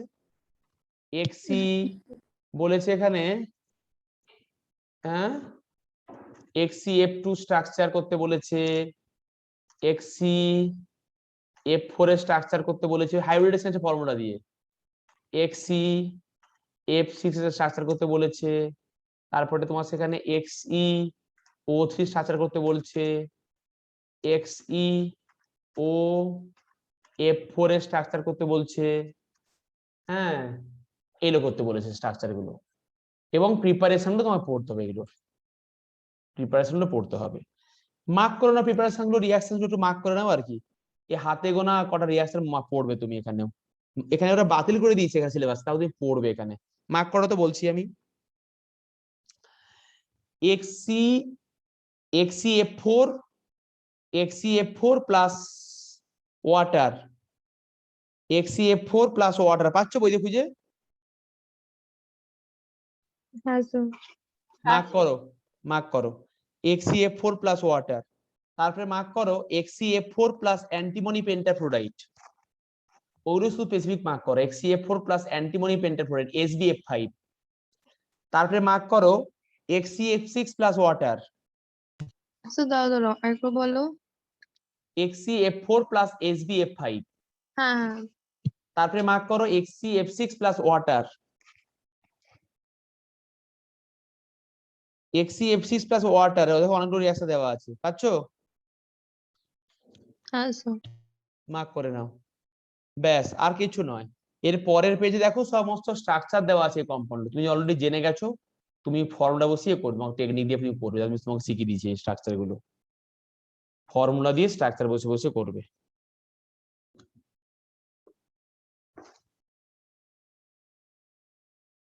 ধূপ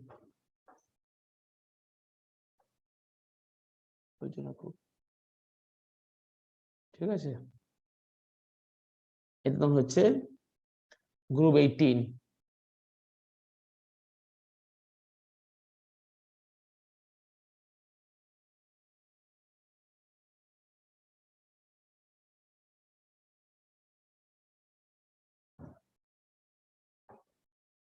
পি ব্লক শেষ।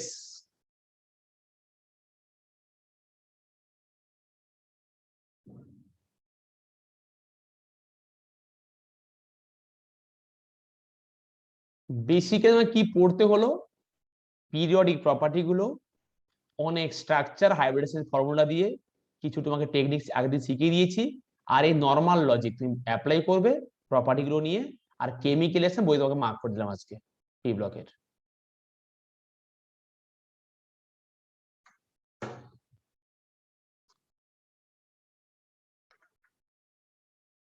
অনেক কিছু তো বাদ গেছে।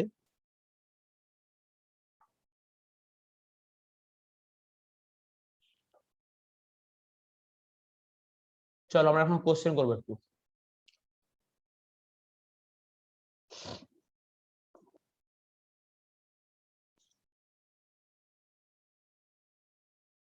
হোয়াটসঅ্যাপ খোলো, আমি হোয়াটসঅ্যাপে কোশ্চেন পাঠাই তোমাদেরকে।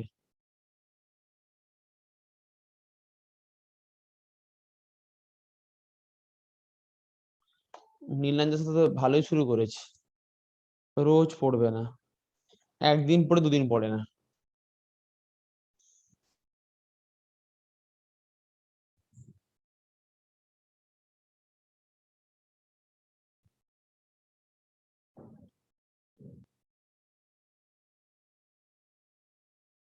এ হেজি হয়ে গেল।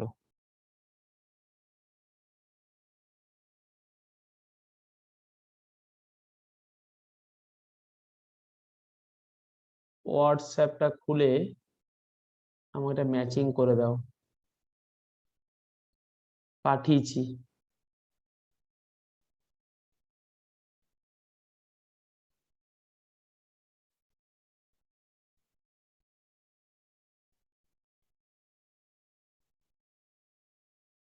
পেয়েছো? হ্যাঁ স্যার। হুম।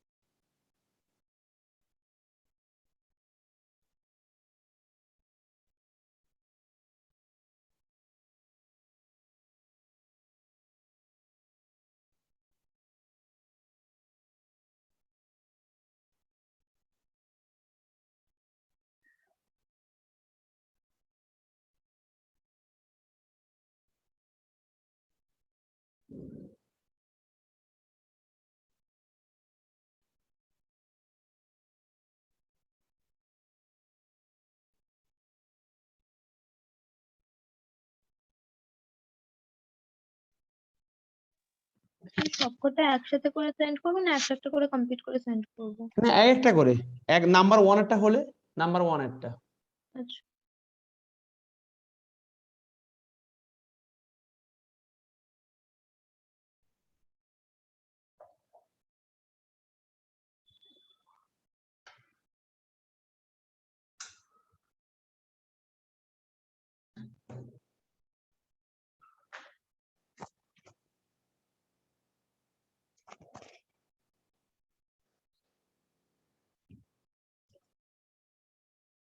ওয়ান, ফার্স্টে এই ওয়ান একটা হয়েছে, হ্যাঁ পাঠিয়েছো। রানী, হ্যাঁ স্যার পাঠাচ্ছি। পাঠাও, হ্যাঁ।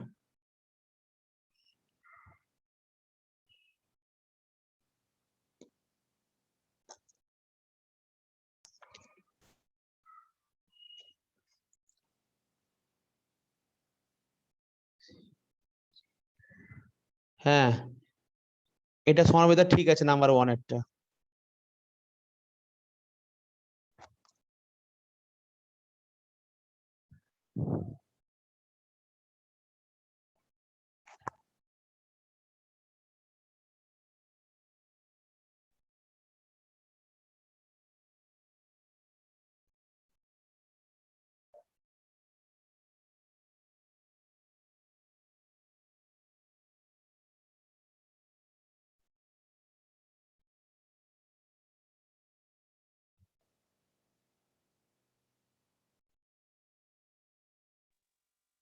টু এর তো জানি না।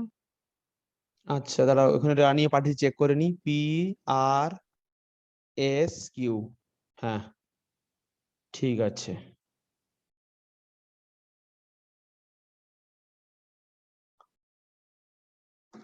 এর পরেরটা তুমি পাচ্ছ না করতে, তাই তো?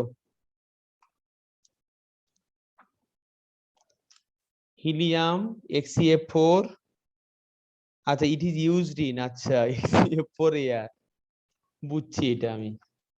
আচ্ছা, তাহলে তোমাকে বলে দিচ্ছি, এটা একটু সত্যি তাই অন্যরকমই আছে,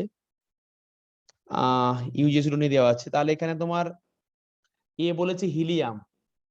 helium actually used in the modern driving apparatus, যেখানে ওই স্কুবা ডাইভার থাকে না, ডিপ সি ডাইভার, তারা ইউজ করে। হিলিয়ামের সঙ্গে নাইট্রোজেন গ্যাস ভরা থাকে, হিলিয়াম আর অক্সিজেন ভরা থাকে, যাতে স্যার বেন্ড না হয়। মনে আছে? স্যার হ্যাঁ, বলছি ইউজেস গুলো থাকবে মানে এক্সামে, মানে আসবে ইউজেস গুলো? উম অতটা থাকে না, খুবই দু একটা যদি ইম্পর্টেন্স থাকবে। যেমন ধরো হিলিয়ামের যে ইউজেসটা না, স্কুবা ডাইভিং তুমি সলিউশন একটা পড়েছো, স্কুবা ডাইভিং এর হ্যাঁ ক্ষেত্রে ওটা পড়েছি। হিলিয়াম থাকে, এই জন্য বেন্ড প্রিভেন্ট করে, এই জন্য ওটা স্কুবা ডাইভিং। আচ্ছা, বিটা বলেছে এক্সিএফ6। এখানে তোমার কি এক্সিএফ6, দেখো তুমি এক্ষুনি মার্ক করেছি, হাইড্রোলিসিস করছিলাম, এক্সিএফ6 প্লাস ওয়াটার, তাহলে it partial hydrolysis does not changes oxidation state of the central atom. এক্সিএফসি যখন তুমি হাইড্রোলিসিস করো পার্সিয়াল, সেখানে কিন্তু অক্সিজেন চেঞ্জ হয়নি। তাই তোমাকে রিঅ্যাকশনটা জানতে হবে, এক্সিএফসি এর সঙ্গে ওয়াটারের রিঅ্যাকশনটা কি আছে। সিতে বলেছে এক্সিএফ4, সি তোমার বলেছে ওটা তো এস, এক্সিএফ4, কোনটা হবে? ওটা এস। এস। তাহলে বাকি তাহলে কোনটা? আর ডিটা কি বাকি থাকলো? আর এ আর তো ওটাই আর হবে। ইলেকট্রিক বাঁচে থাকে। রানী, বুঝতে পারলে? হ্যাঁ স্যার। আচ্ছা, এবার তাহলে নাম্বার 3টা করো।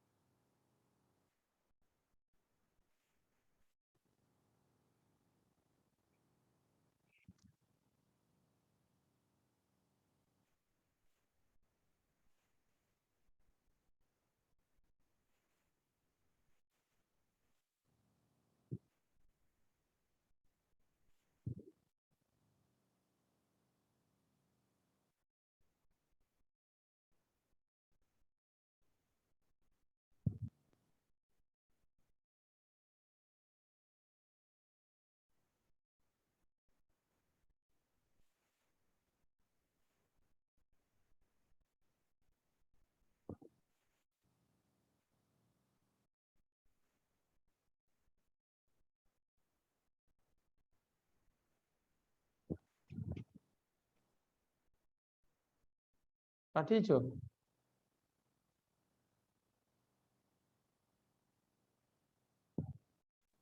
স্যার হ্যাঁ থ্রেডটা সবকটাই ক্যালকুলেট করে তারপরেই আসবে? হ্যাঁ, একদমই। তুমি আচ্ছা। ফর্মুলা বসে করলে তো হয়ে যাবে, ফর্মুলা বসাও। হুম। তুমি যে ফর্মুলাটা শিখেছো এটাই করবে।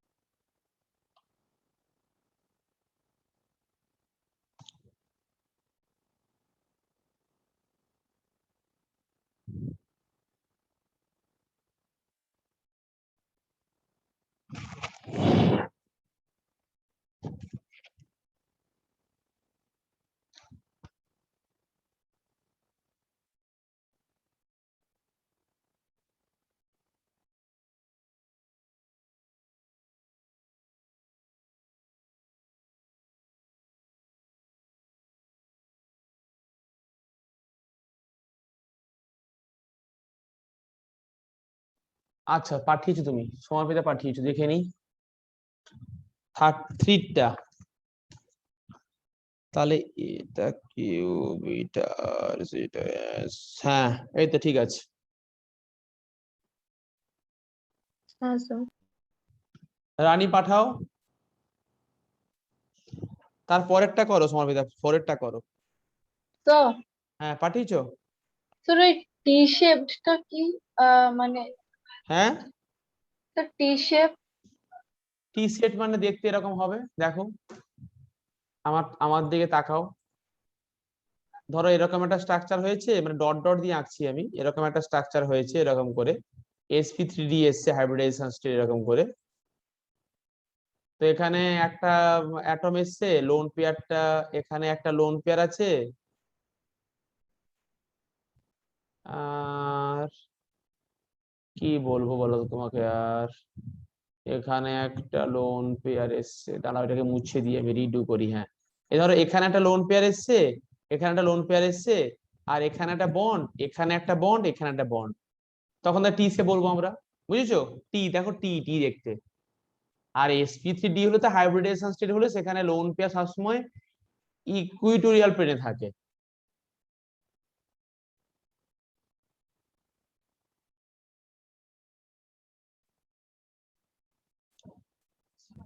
স্যার হ্যাঁ স্যার কোয়েশ্চেন নাম্বার 4টাতে কি কলমনে একটা এক্সট্রা দেওয়া আছে? হ্যাঁ হ্যাঁ হ্যাঁ, না এক্সট্রাও ম্যাচ করতেও পারে কারোর সঙ্গে, সেটা আমি জানি না, আমাকে দেখতে হবে করে। রানী নাম্বার 3 রানী হয়েছে? স্যার পাঠাচ্ছি, করছি। পাঠাও। আচ্ছা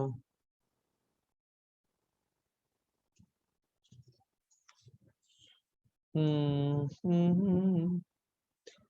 রানী রিনালসে পাঠিয়েছো নাকি? ও হ্যাঁ, সমর্পিতা পাঠিয়েছো, আচ্ছা।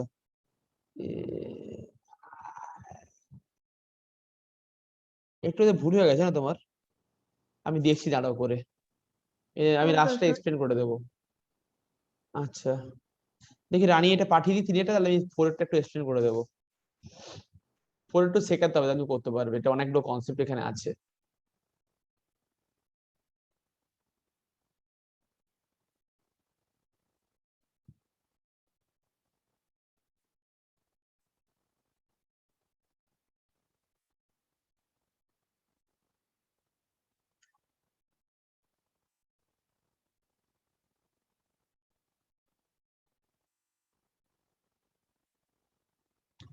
ও সামনে 5 সেপ্টেম্বর।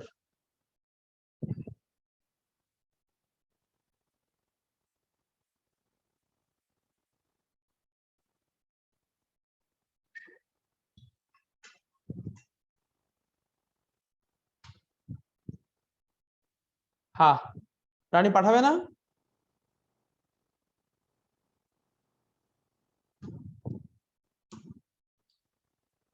তাহলে বাড়িতে ফর্মুলা প্র্যাকটিস করনি, বুঝে গেছি আমি। না পাঠিয়ে দিয়েছি এখন।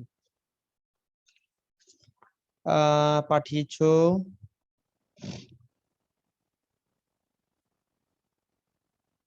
CLF3টা পি এসছে তা তো নয়, একটু ভুল হয়ে গেছে, বুঝেছো রানী?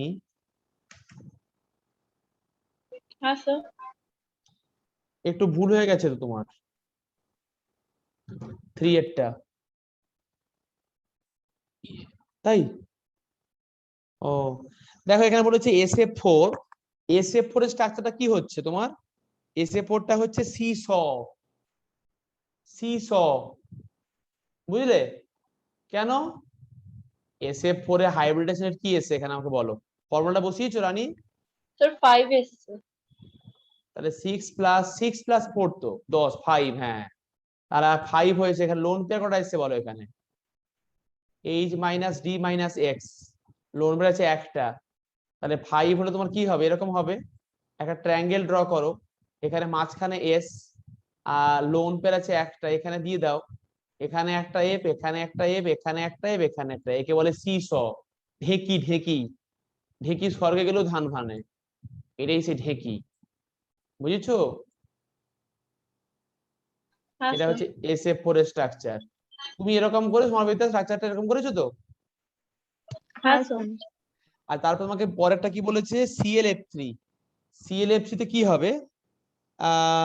ClF3 তে ওই যে টি শেপ, দেখো ClF3 তে কিন্তু ওই যে তোমার হাইব্রিড সেখানে 5 এসছে, 7 + 5 12 না কত এসছে, 7 + 5 12/2 মানে 6 না এটা?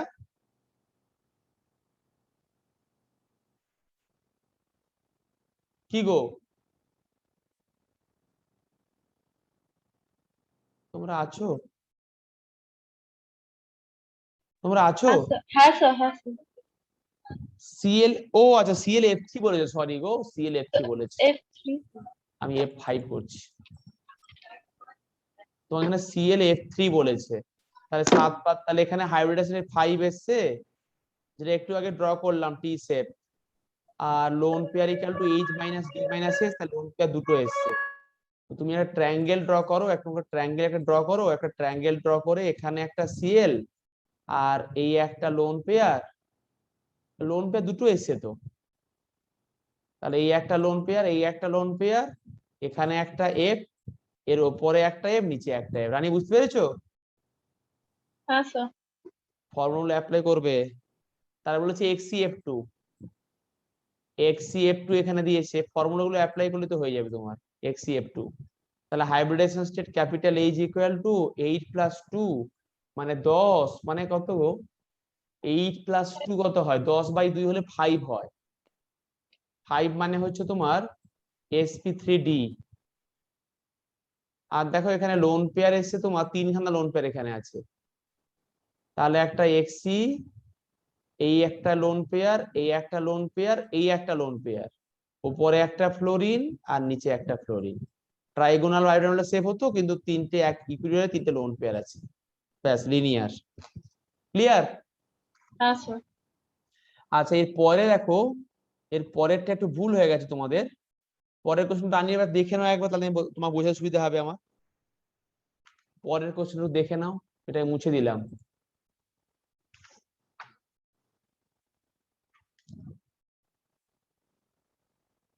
নেক্সট বলেছে যে SbH3, তোমাকে এখানে কম্পাউন্ড বলেছে, আমি লিখছি এখানে, সেটা হচ্ছে SbH3 একটা কম্পাউন্ড দিয়েছে। আর বলেছে সেখানে HNO3 আর বলেছে SO2 আর বলেছে HNO2, ব্যাস এগারোটা কম্পাউন্ড তোমাকে দিয়েছে, দিয়ে বলেছে both oxidising and reducing agent. মনে রাখবে কিভাবে করতে হয় এগুলো, তাহলে তুমি এগুলো আগে এগুলোর মাথায় অক্সিডেশন স্টেট বসিয়ে দাও। 2 দিয়ে 4, এখানে +3, এখানে নাইট্রোজেন +3 হয়েছে, সালফার এখানে +4 হচ্ছে, নাইট্রিক অ্যাসিড এখানে +5 হচ্ছে অক্সিডেশন স্টেট, আর অ্যান্টিমনি হাইড্রেট হচ্ছে -3, এটা -3। যখন কোনো একটা এলিমেন্টের কোনো একটা এলিমেন্টের অক্সিডেশন স্টেট যখন কম্পাউন্ডে হাইয়েস্ট হয়, তখন সে আর ফার্দার বাড়তে পারে না। নাইট্রিক অ্যাসিড কিন্তু সবচেয়ে এখানে নাইট্রোজেন +5 ম্যাক্সিমাম হয়। কোনো একটা এলিমেন্ট যদি তার হাইয়েস্ট অক্সিজেন স্টেট থাকে কোনো কম্পাউন্ডের ভেতরে, তাহলে সেই কম্পাউন্ডটা একটা অক্সিডাইজিং এজেন্ট হবে। তার মানে তখন এই জন্য কিন্তু কি হবে, একটা এখানে আমার হবে, তাই সেটা একটা অক্সিডাইজিং হবে এটা নেচার। তাহলে এর নেচারটা হচ্ছে অক্সিডাইজিং নেচার, বা এটা অক্সিডাইজিং প্রপার্টি আছে, কারণ এর নিজে হতে পারে রিডিউসড, নিজে রিডিউসড হবে, নিজে কখনো অক্সিজেন দিতে পারবে না। বুঝছো কি? হ্যাঁ স্যার। সমাপিতা আছো? হ্যাঁ স্যার। তাহলে নাইট্রিক অ্যাসিড এখানে কি হবে?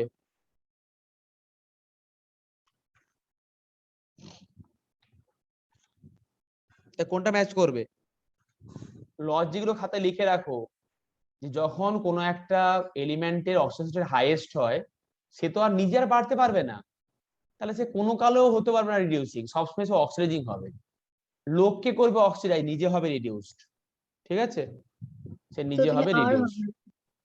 হ্যাঁ আচ্ছা, যখন কোনো একটা কম্পাউন্ডের মধ্যে, ধরো এখানে বলছি আমি আমার SO2 আছে, এখান থেকে কিন্তু বাড়তে পারে সালফারের, আমার সেখানে কিন্তু বেড়ে হতে পারে H2SO4, সেখানে সালফারটা কিন্তু তোমার +6 স্টেটে হয় এখানে।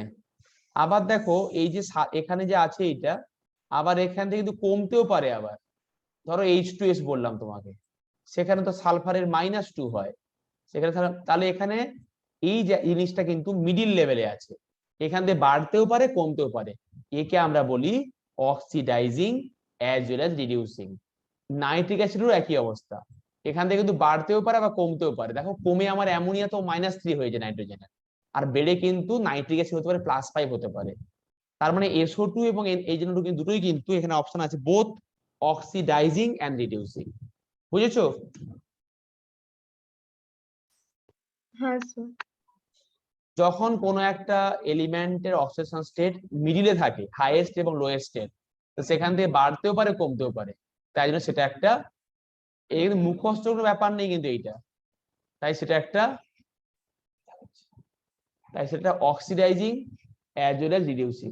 ওয়েট করো, তাই সেটা এটা অক্সিডাইজিং এইটা। এবারে দেখো এখানে লিখেছি অ্যান্টিমনি SbS3, এটা কিন্তু মাইনাস স্টেটে আছে, এর থেকে আর কমতে আর পারে না। এই যে অ্যামোনিয়া, ফসফিন, আর্সাইন, স্টিবাইন, বিসমুথ, তিনি যে লিখেছি অ্যামোনিয়া, এখানে নাইট্রোজেন কিন্তু -3 স্টেট, এটা হাইয়েস্ট, সবচেয়ে কম স্টেট, এর থেকে আর এর কমার জায়গা নেই। তাহলে এ কিন্তু বাড়বে, তার মানে এটা কিন্তু একটা নিজে কিন্তু বাড়বে, তাই এটা রিডিউসিং নেচার, এটা কিন্তু অনলি রিডিউসিং নেচার আছে। বুঝলে কিনা বলো? এটা অনলি রিডিউসিং এজেন্ট। কেন? হ্যাঁ। কারণ এ তো নিজে নিজে বাড়বে, নিজে আর কমতে পারে, নিজে বাড়বে মানে কি, নিজে হবে অক্সিডাইজড, তা লোককে করবে রিডিউস, এই জন্য এটা। কনসেপ্টটা ক্লিয়ার হলো? হ্যাঁ স্যার বুঝেছি। তোমায় কিন্তু এরকম করে করতে হবে। যদি কোনো মানুষ ভাবে যে আমি মুখস্থ করব এরকম, তাহলে সে পাগল হয়ে যাবে, রাঁচিতে থাকবে গিয়ে। এটা কিন্তু মুখস্থ করার কোনো ব্যাপারই নেই।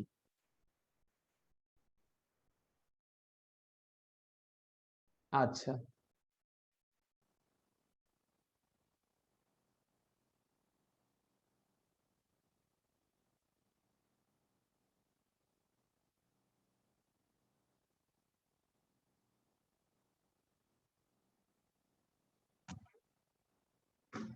হুম, তাহলে তোমার বাড়িতে কাজ হচ্ছে এই পি ব্লকটা পড়া। তোমাকে যে আমি কিছু লজিক শেখালাম, ফর্মুলা অ্যাপ্লাই করালাম স্ট্রাকচার বের করানোর জন্য, পিরিয়ডিক প্রপার্টিগুলো পড়লে, আর এই যে অক্সিডাইজিং রিডিউসিং ব্যাপারটা বুঝতে পারলে এখন, বা যে যে প্রপার্টি পড়লে আছে, সাইজ বাড়লেই হয়, হ্যাঁ না হয়, স্টেবিলিটি বাড়ে কমে, অ্যাসিডিক প্রপার্টি বাড়ে রিডিউসিং হয়, এগুলোকে মাথায় ভালো করে ঢুকিয়ে নেবে ভালো করে। আর যেই দুটো মার্ক করলাম সে বাড়িতে পড়বে।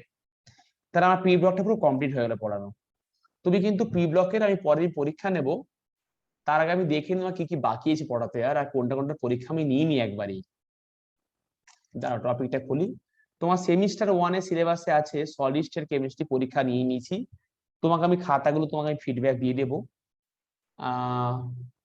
সলিউশনের পড়িয়ে দিয়েছি, সলিউশন ইলেকট্রোকেমিস্ট্রি পড়ানো হয়ে গেছে, পি ব্লক পড়ানো কমপ্লিট, হ্যালো অ্যালকেন ডান, অ্যালকোহল ফেনলিথার কমপ্লিট, তাই তো?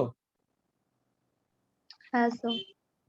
শোনো, হ্যালো অ্যালকেন, হ্যালোয়ারিনস, অ্যালকোহল ফেনলিথার, যদি কোনো কোনো মানুষ ওইটাকে 1 সপ্তাহ না পড়ে, তাহলে তুমি কিন্তু ওই যে আগের জায়গায়, মানে যখন পড়ানো হয়নি সেই জায়গায় ফিরে যেতে সময় বেশি দিন লাগবে না। তুমি একদম সব বেমালুম ভুলে যাবে, কিচ্ছু মনে থাকবে না। এই যে আমার গত পরশু সকাল 9টার সময় একজন স্টুডেন্ট মাথা পাথরে ঠুকে মাথা ফাটিয়ে নিল, ফোন করে আমাকে বলছে সকাল থেকে উঠে তোমাকে ফোন করব। ফোন করলো, ফোন করে বলছে যে স্যার হ্যালো অ্যালকেন, হ্যালোয়ারিনস, অ্যালকোহল ফেনলিথারের কোনো কোশ্চেন আমি করতে পারছি না, পরীক্ষায় স্কুলে পরীক্ষায় কোনো একটা কোশ্চেন করতে পারিনি। কেন? বলছে স্যার আপনি তো বলেছিলেন যে ওই ক্লাসটুকু করলেই হবে। আমি ক্লাসটুকু ভালোভাবে করে গেছি আপনার কাছে, ক্লাসটুকু করে গেছি, তারপরে বাড়িতে এমনি থাকছি, মানে বাড়িতে আর পড়ে না, মানে যেটা আমি ক্লাসে করাই ওইটা করেও চুপচাপ থাকে, নিজে বাড়িতে পড়ে না। ও ভেবেছে যে আমার কাছে কোথাও এরকম কোনো ওষুধ আছে হোমিওপ্যাথি পুরিয়ার মতো করে, যে মুড়িয়ে খাইয়ে দিলাম হ্যালো অ্যালকেন ডান, ওরকম ও ভেবেছিল। তো এখন ওরকম ভেবে বসেই ছিল অলরেডি। ও ভাবছে তুমি তো বলেছো স্যার যে ক্লাসে করলেই হবে, আর কিছু করতে হবে না, তোমাকে আর কিছু করতে হবে না। তো ও সেটা বুঝতে পারেন যে নিজেকে বাড়িতে পড়তে হবে। তোমরা কিন্তু এটা যদি ভুল করে থাকো যে বাড়িতে পড়বে না haloalkane haloarenes alcohol phenol ether, রোজ আধ ঘন্টা করে পড়বে, না হলে কিন্তু তুমি সব ভুলে যাবে। এমন ভুলবে না, কিচ্ছু মনে পড়বে না তখন আর। তাই অর্গানিক কেমিস্ট্রি বাড়িতে রোজ লিখবে, না হলে তুমি একদম সব ভুলে যাবে। তোমার তখন মনে হবে মাথা কুটে দিয়েছি ঠাকুর এর মধ্যে, ওই ঠাকুর বলছি আর এই পাথরের মধ্যে। ও তো মাথা ফাটিয়ে দুফা করে দিয়েছে। আমি বুঝালাম, আবার ভালো করে বুঝিয়ে টুঝিয়ে বললাম বাড়িতে তোমাকে পড়তে হবে। আমি পড়ানো না, বাড়িতে তোমাকে রোজ রেগুলার পড়তে হবে, নাহলে ভুলে যাবে। তোমরাও কিন্তু পি ব্লকটা এই যে একটু পড়ালাম, তুমি কিন্তু এখনই একটু পরে আধ ঘন্টা রেস্ট নিয়ে একটু ব্রেক, একটু জাস্ট একটু স্ন্যাক্স ফ্যাক্স খেয়ে টেয়ে নিয়ে তোমার শুরু করে দাও পড়তে এইটা। কারণ এগুলো পরে খুব ভুলে যাবে তোমার এইটা, যা যা বলেছি এটা। আমার শুধু বাকি আছে পড়াতে মেটাল অ্যালার্জিটা। হ্যাঁ, সেটা আমার এই নেক্সট উইকে পড়ানো শেষ হয়ে যাবে। আগস্টে মধ্যে আমার সিলেবাস শেষ করে দেবো আমি, কারণ নেক্সট দুটো ক্লাসে আমি মেটাল অ্যালার্জি পড়িয়ে দেবো। কিন্তু তার আগে তোমাকে টেস্ট নেওয়া শুরু করবো এবারে, কারণ আমার তো সিলেবাস শেষ হয়ে গেল। আমি তোমাকে আর ওই সেমিস্টার টুটা এখন শুরু করবো না পড়াতে। সেমিস্টার টুটা আমি ওই তখনই পড়াবো সেমিস্টারের সময়। এখন তুমি আপাতত, নাকি তোমার কি বলছো, পড়িয়ে দেবো এখন নাকি, নাকি সেমিস্টার ওয়ানে হয়ে দিয়ে আমি এখন প্র্যাকটিস শুরু করে দেবো এই কোশ্চেন গুলো? স্যার প্র্যাকটিস, কারণ এমসিকিউ নালে টাইমে কমপ্লিট করাটা একটু চাপের হয়ে যায় ঠিক আছে, তাহলে আমাদের টার্গেট হচ্ছে এই মেটাল অ্যালার্জিটা তোমাকে আমি এই পরের উইকেই পড়িয়ে দেবো, কমপ্লিট করে দেবো। আর তারপরে আমরা একদম সেপ্টেম্বর থেকে চেপে তোমাকে বসবো এমসিকিউ করতে। এটা কিন্তু ভুলো না, হ্যাঁ, অর্গানিক প্র্যাকটিস না করো, তাহলে কিন্তু মাথা ঢুকেও মাথা চাবড়িও আর ওই জায়গায় ফিরে আসতে পারবে না। স্যার।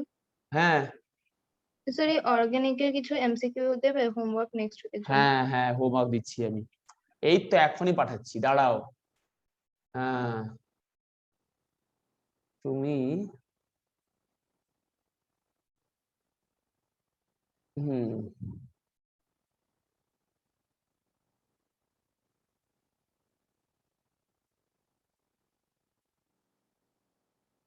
তোমার বাড়ি দিলে করবে।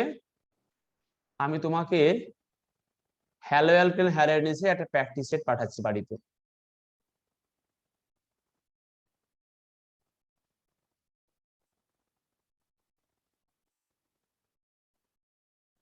পেয়েছো? হ্যাঁ স্যার। অর্গানিক প্র্যাকটিস হলে সব ভুলে যাবে। আচ্ছা,